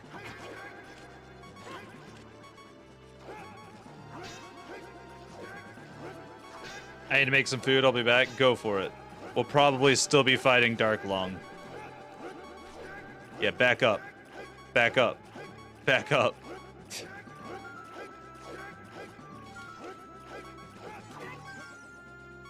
Why didn't he hit me? Why does he not hit me sometimes whenever he does that?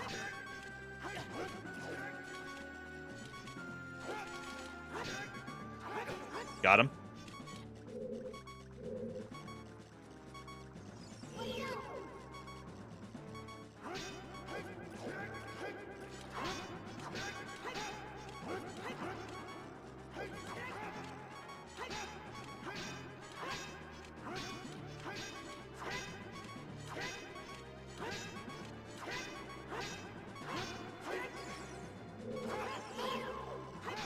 See, thrust attacks are always a bad idea. Let's swing this way. I did not deserve that.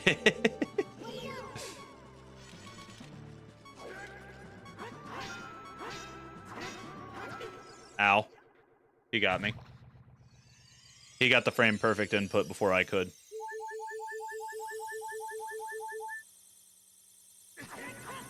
Wait, what? So wait, we hit each other at the same time?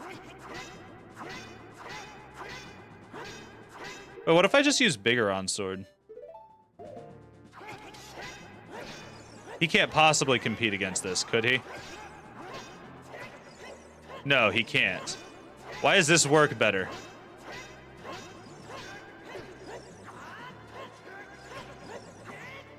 This just works better.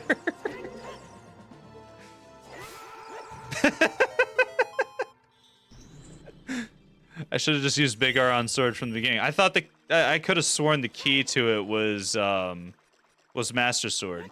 No, it was just Biggoron Sword. Why? I don't know.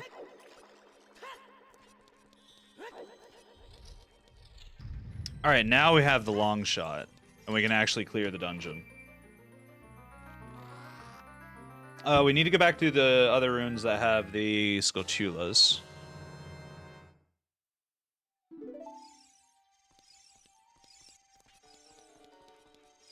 Let's see.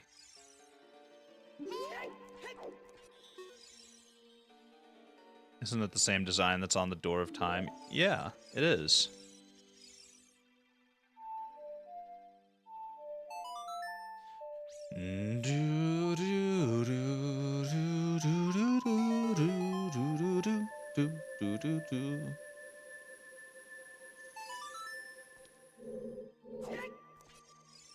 I don't want to jump over the hole, I want to jump into the hole. Like this.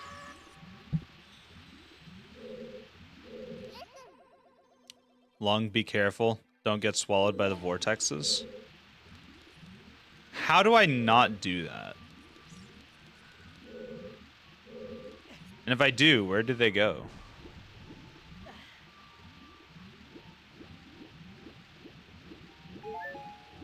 Oh.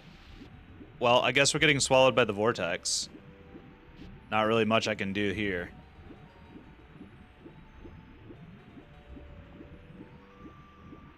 What if I put on my boots? Oh, well, that's so simple. Let's see, Skulltula here.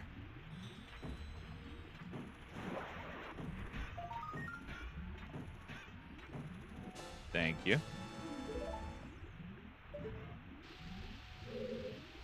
Let's see, go around this.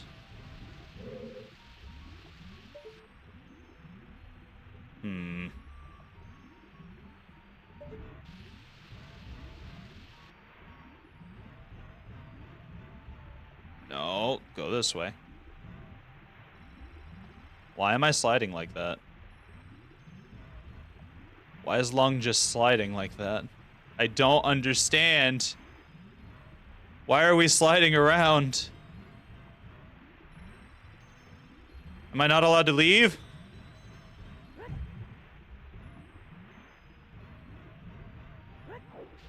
Okay, I was able to get out over here. If I go this way. No? No, that's just bad sauce. How the fuck?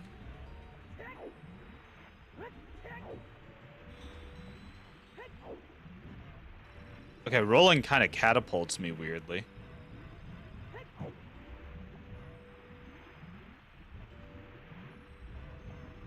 So, what if... What if I can just roll...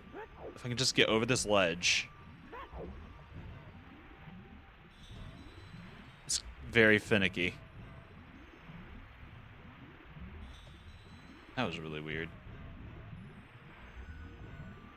I don't understand the physics of this game. And I'm in the hole. Oh, it just puts me back over here? Oh, whatever. We can cope with this.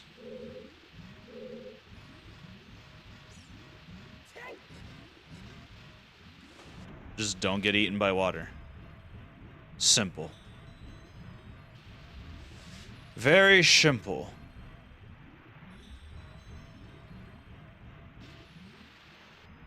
Okay, come on.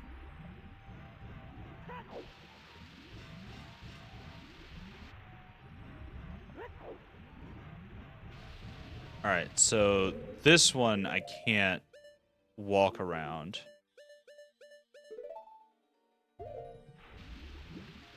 But I can swim past it, but I can't... Can I swim past these?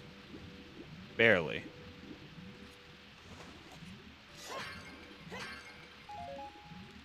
Hello, fairy. Ooh, actually, I will fill that empty bottle back up. Got it.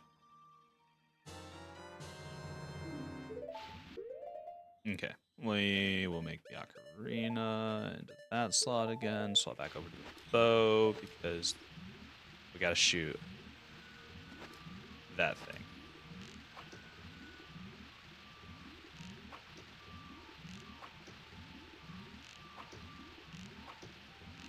Oh, do I have to be from a more direct angle? Can I not do it from over here?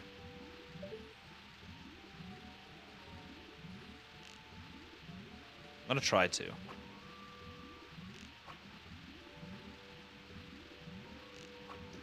Has to be from a more direct angle.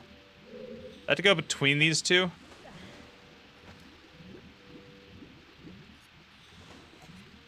Okay. Alright, so that's shot.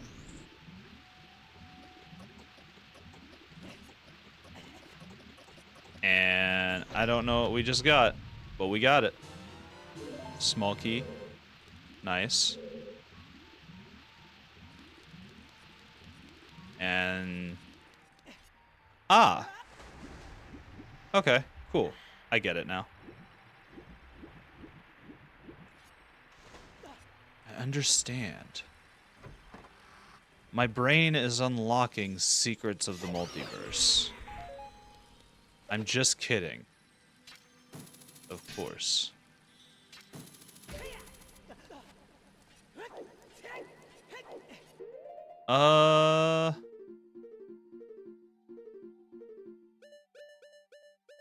And boots.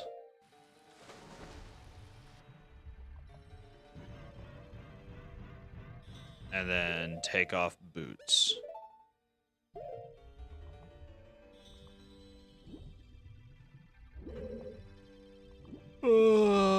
Excuse me. I need caffeine before work for sure. Alright, so...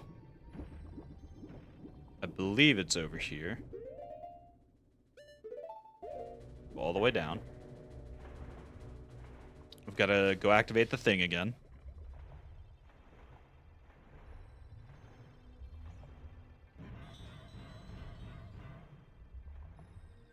Yeah, it's this way. Had to try and remember. So, Booch.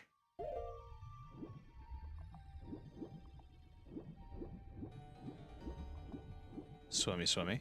Go this way. Oh, no, wrong tunic. I want the blue tunic. Iron boots. See, it's not in here that we go. It's further up.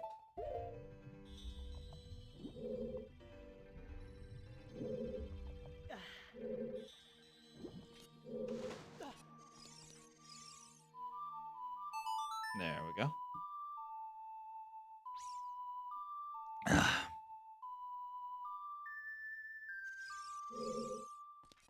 And that did not activate. There we go.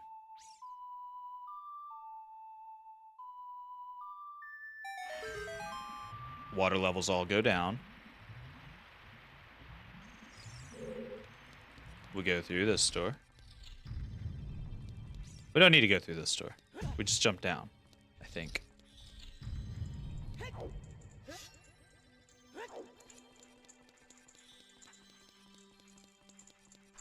See, we're out here again. Hit these guys to transform them back. Kill them. So they stop being a nuisance.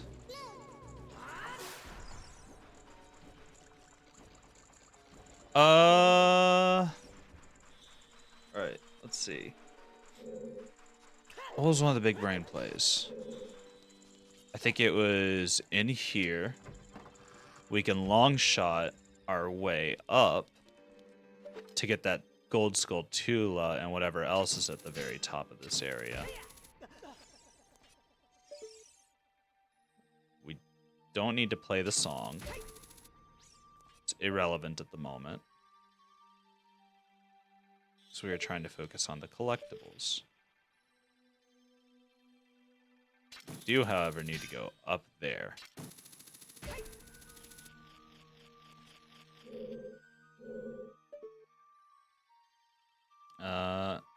And then Skulltula. I need to aim a little bit more up. Come on. There we go. All right, and that's everything. So that's everything relevant in here. I didn't mean to jump all the way back down.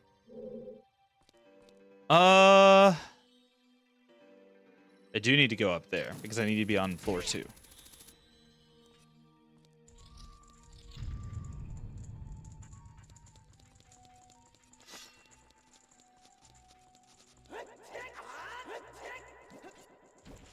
Okay. So first, arrow.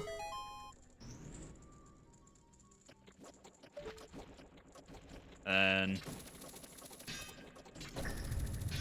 have terrible aim with long shot.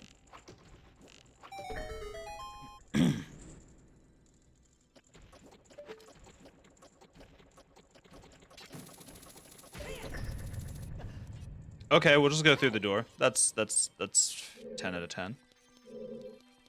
So we can push this now.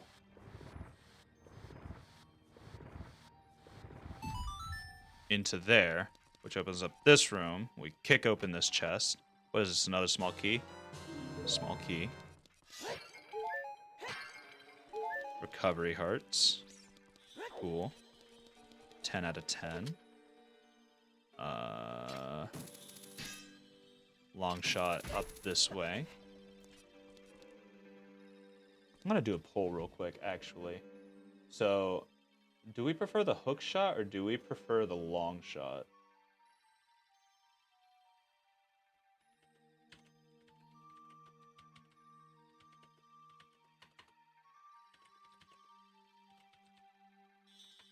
Or the hook shot or the claw shot, excuse me.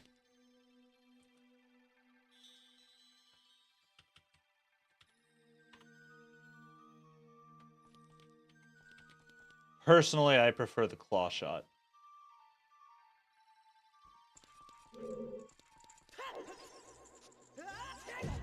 I don't think that's where I wanted to go. Oh well. Let's see.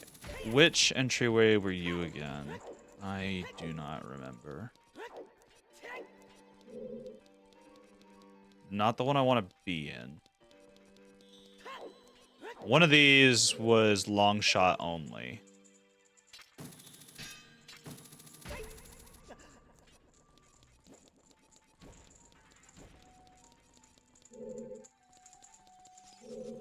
Maybe I need to raise the water level. Okay. So I'm gonna go do that real quick.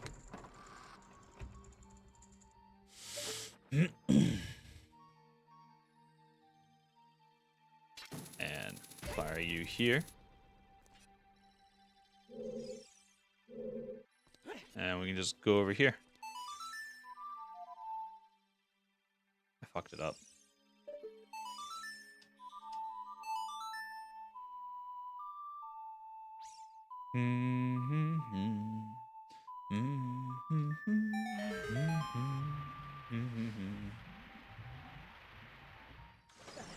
All right, cool. Water level raised. Go through here.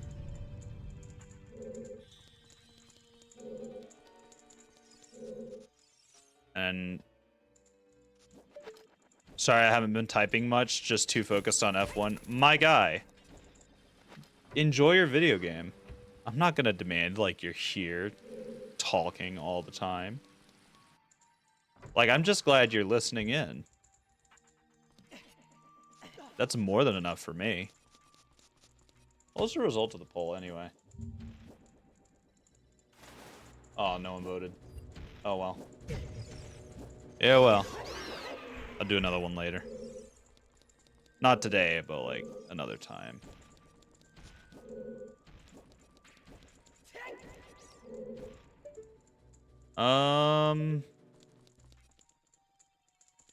Maybe it was down here. There's one room that had a line of spikes that guards one of the hook shot latches. I think it's this way. Yeah, it is. So let's see. We go over here. We go over here. And through the door. Let's see, a bunch of tech tykes. There's a boulder. Not sure. Okay, so that's what the boulder does. What are the... Let's see. Does the water have flow? The water has a lot of flow.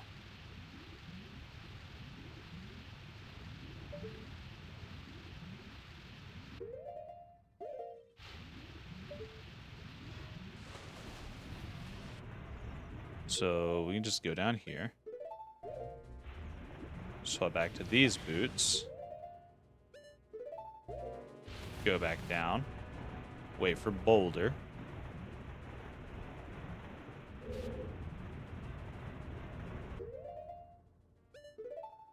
Go back to Kokiri boots while we float up. And thank you, Tech Tyke. That was actually super helpful. The fuck was that noise? Is that those things squeaking? Or is there a key somewhere? It's these guys squeaking. And making the mistake of coming onto land, my domain. Alright, we can bomb this thing over here.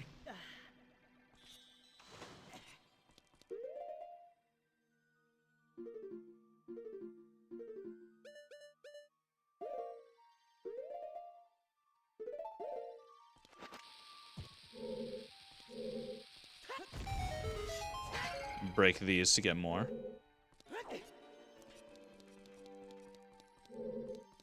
And then push this.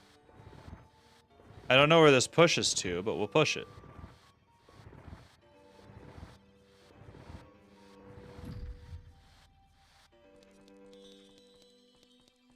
I do not know what I did.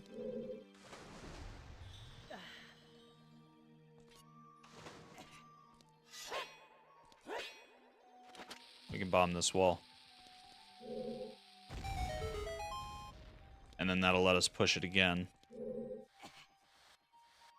No, we pull it? We pull it.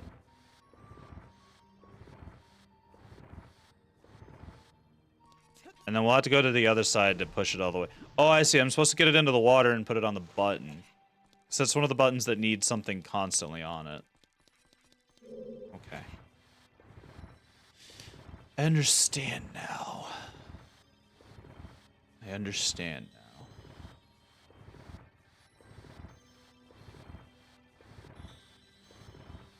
Come on, Block. You can do this. Ganbatte.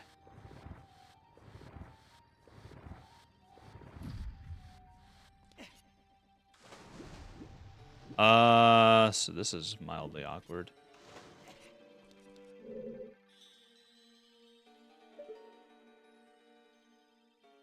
Oh, wait, no, it's not. So I need... No, I can't climb Block.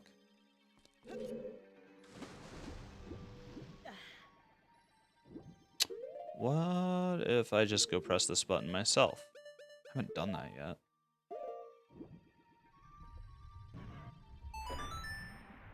So what's it going to do? Fill up room. But when I get off the button, it starts draining. How do I get Block down here? There's got to be another wall to blow up.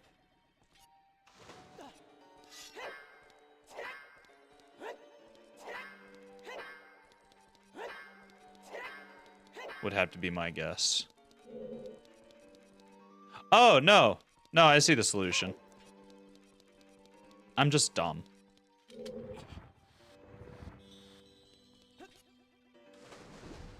I understand the solution.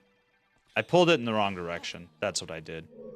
I was supposed to pull it out of that hole rather than to push it. Then I go around, bomb that wall, push it the rest of the way onto the button.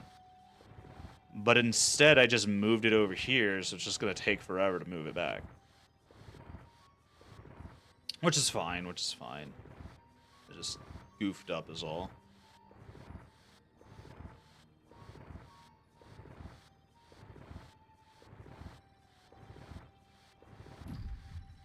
So that's in place over there.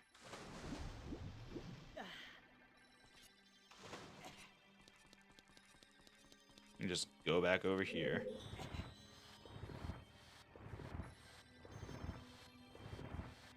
I am a moron.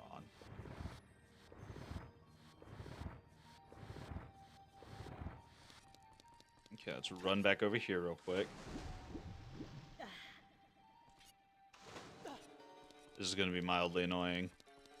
Because I'm going to have to... As soon as I get it in place, I'm going to have to go all the way back over there. Move it like 2 steps so I can get behind it. And then go all the way back over here to push it.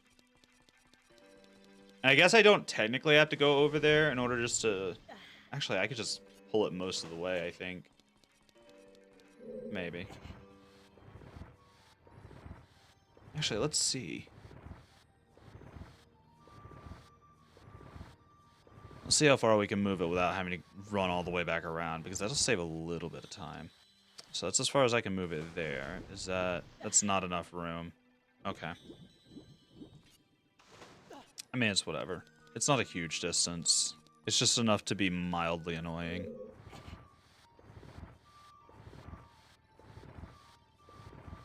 I don't see why everyone hates the water temple in Ocarina of Time. I like it. It lets you use... It requires you to use all of your tools in order to clear it. And it makes you think a lot more because of that. But I know people hate the water temple in Ocarina of Time. I understand hating the water temple in Twilight Princess. That one's just dog shit. That one's poo-poo. Poo-poo caca. I don't feel like dealing with those Tektites, so... while they're looking at us, not doing anything.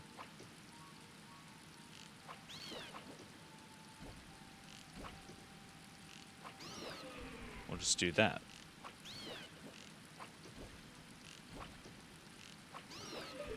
And take them out.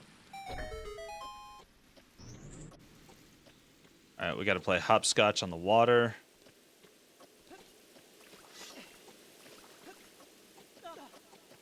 We hopscotched on the water.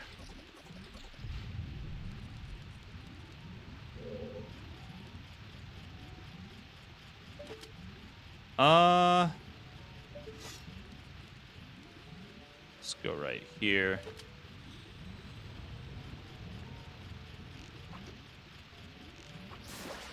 Shoot it. Grab the token. And then wait for Boulder.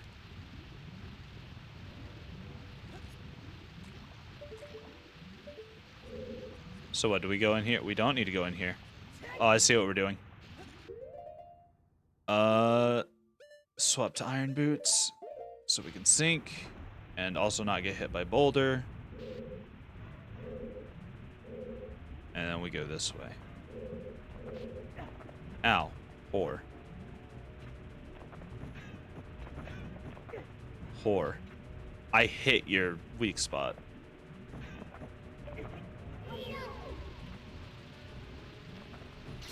There we go. Take the boots off.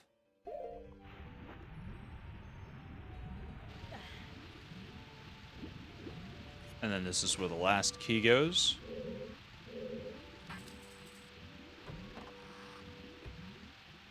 And then we get the boss key. Alright, so how many Skulltula were there here in the water temple?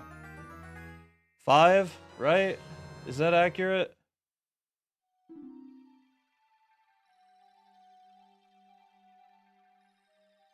Let's see, third room with moving platforms, bottom of main room, go through east corridor, change water to the bottom, then enter the center pillar. Up in an area where the boulders come from. I don't think I got them all. But the biggest W is getting the boss key. So, we're gonna save and quit here. Fairy. Fine. But I'll just get healing from this fairy. We'll save and quit here, so that way my controller doesn't die over the weekend. We will pick back up Tuesday and actually clear the water temple. We'll have to go through each of these corridors and make sure that we've got all of the gold skulltulas, but right after we get those, we can go straight to Morpha, because we have everything else. Let's go raid someone. Who's streaming right now?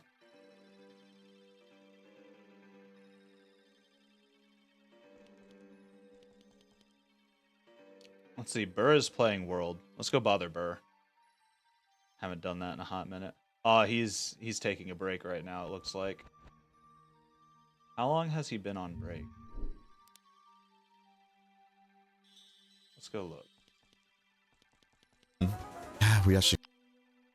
Oh no, he's not on break right now. Cool, let's go raid him. Let's go bother him. I'll see you guys over there. Bye.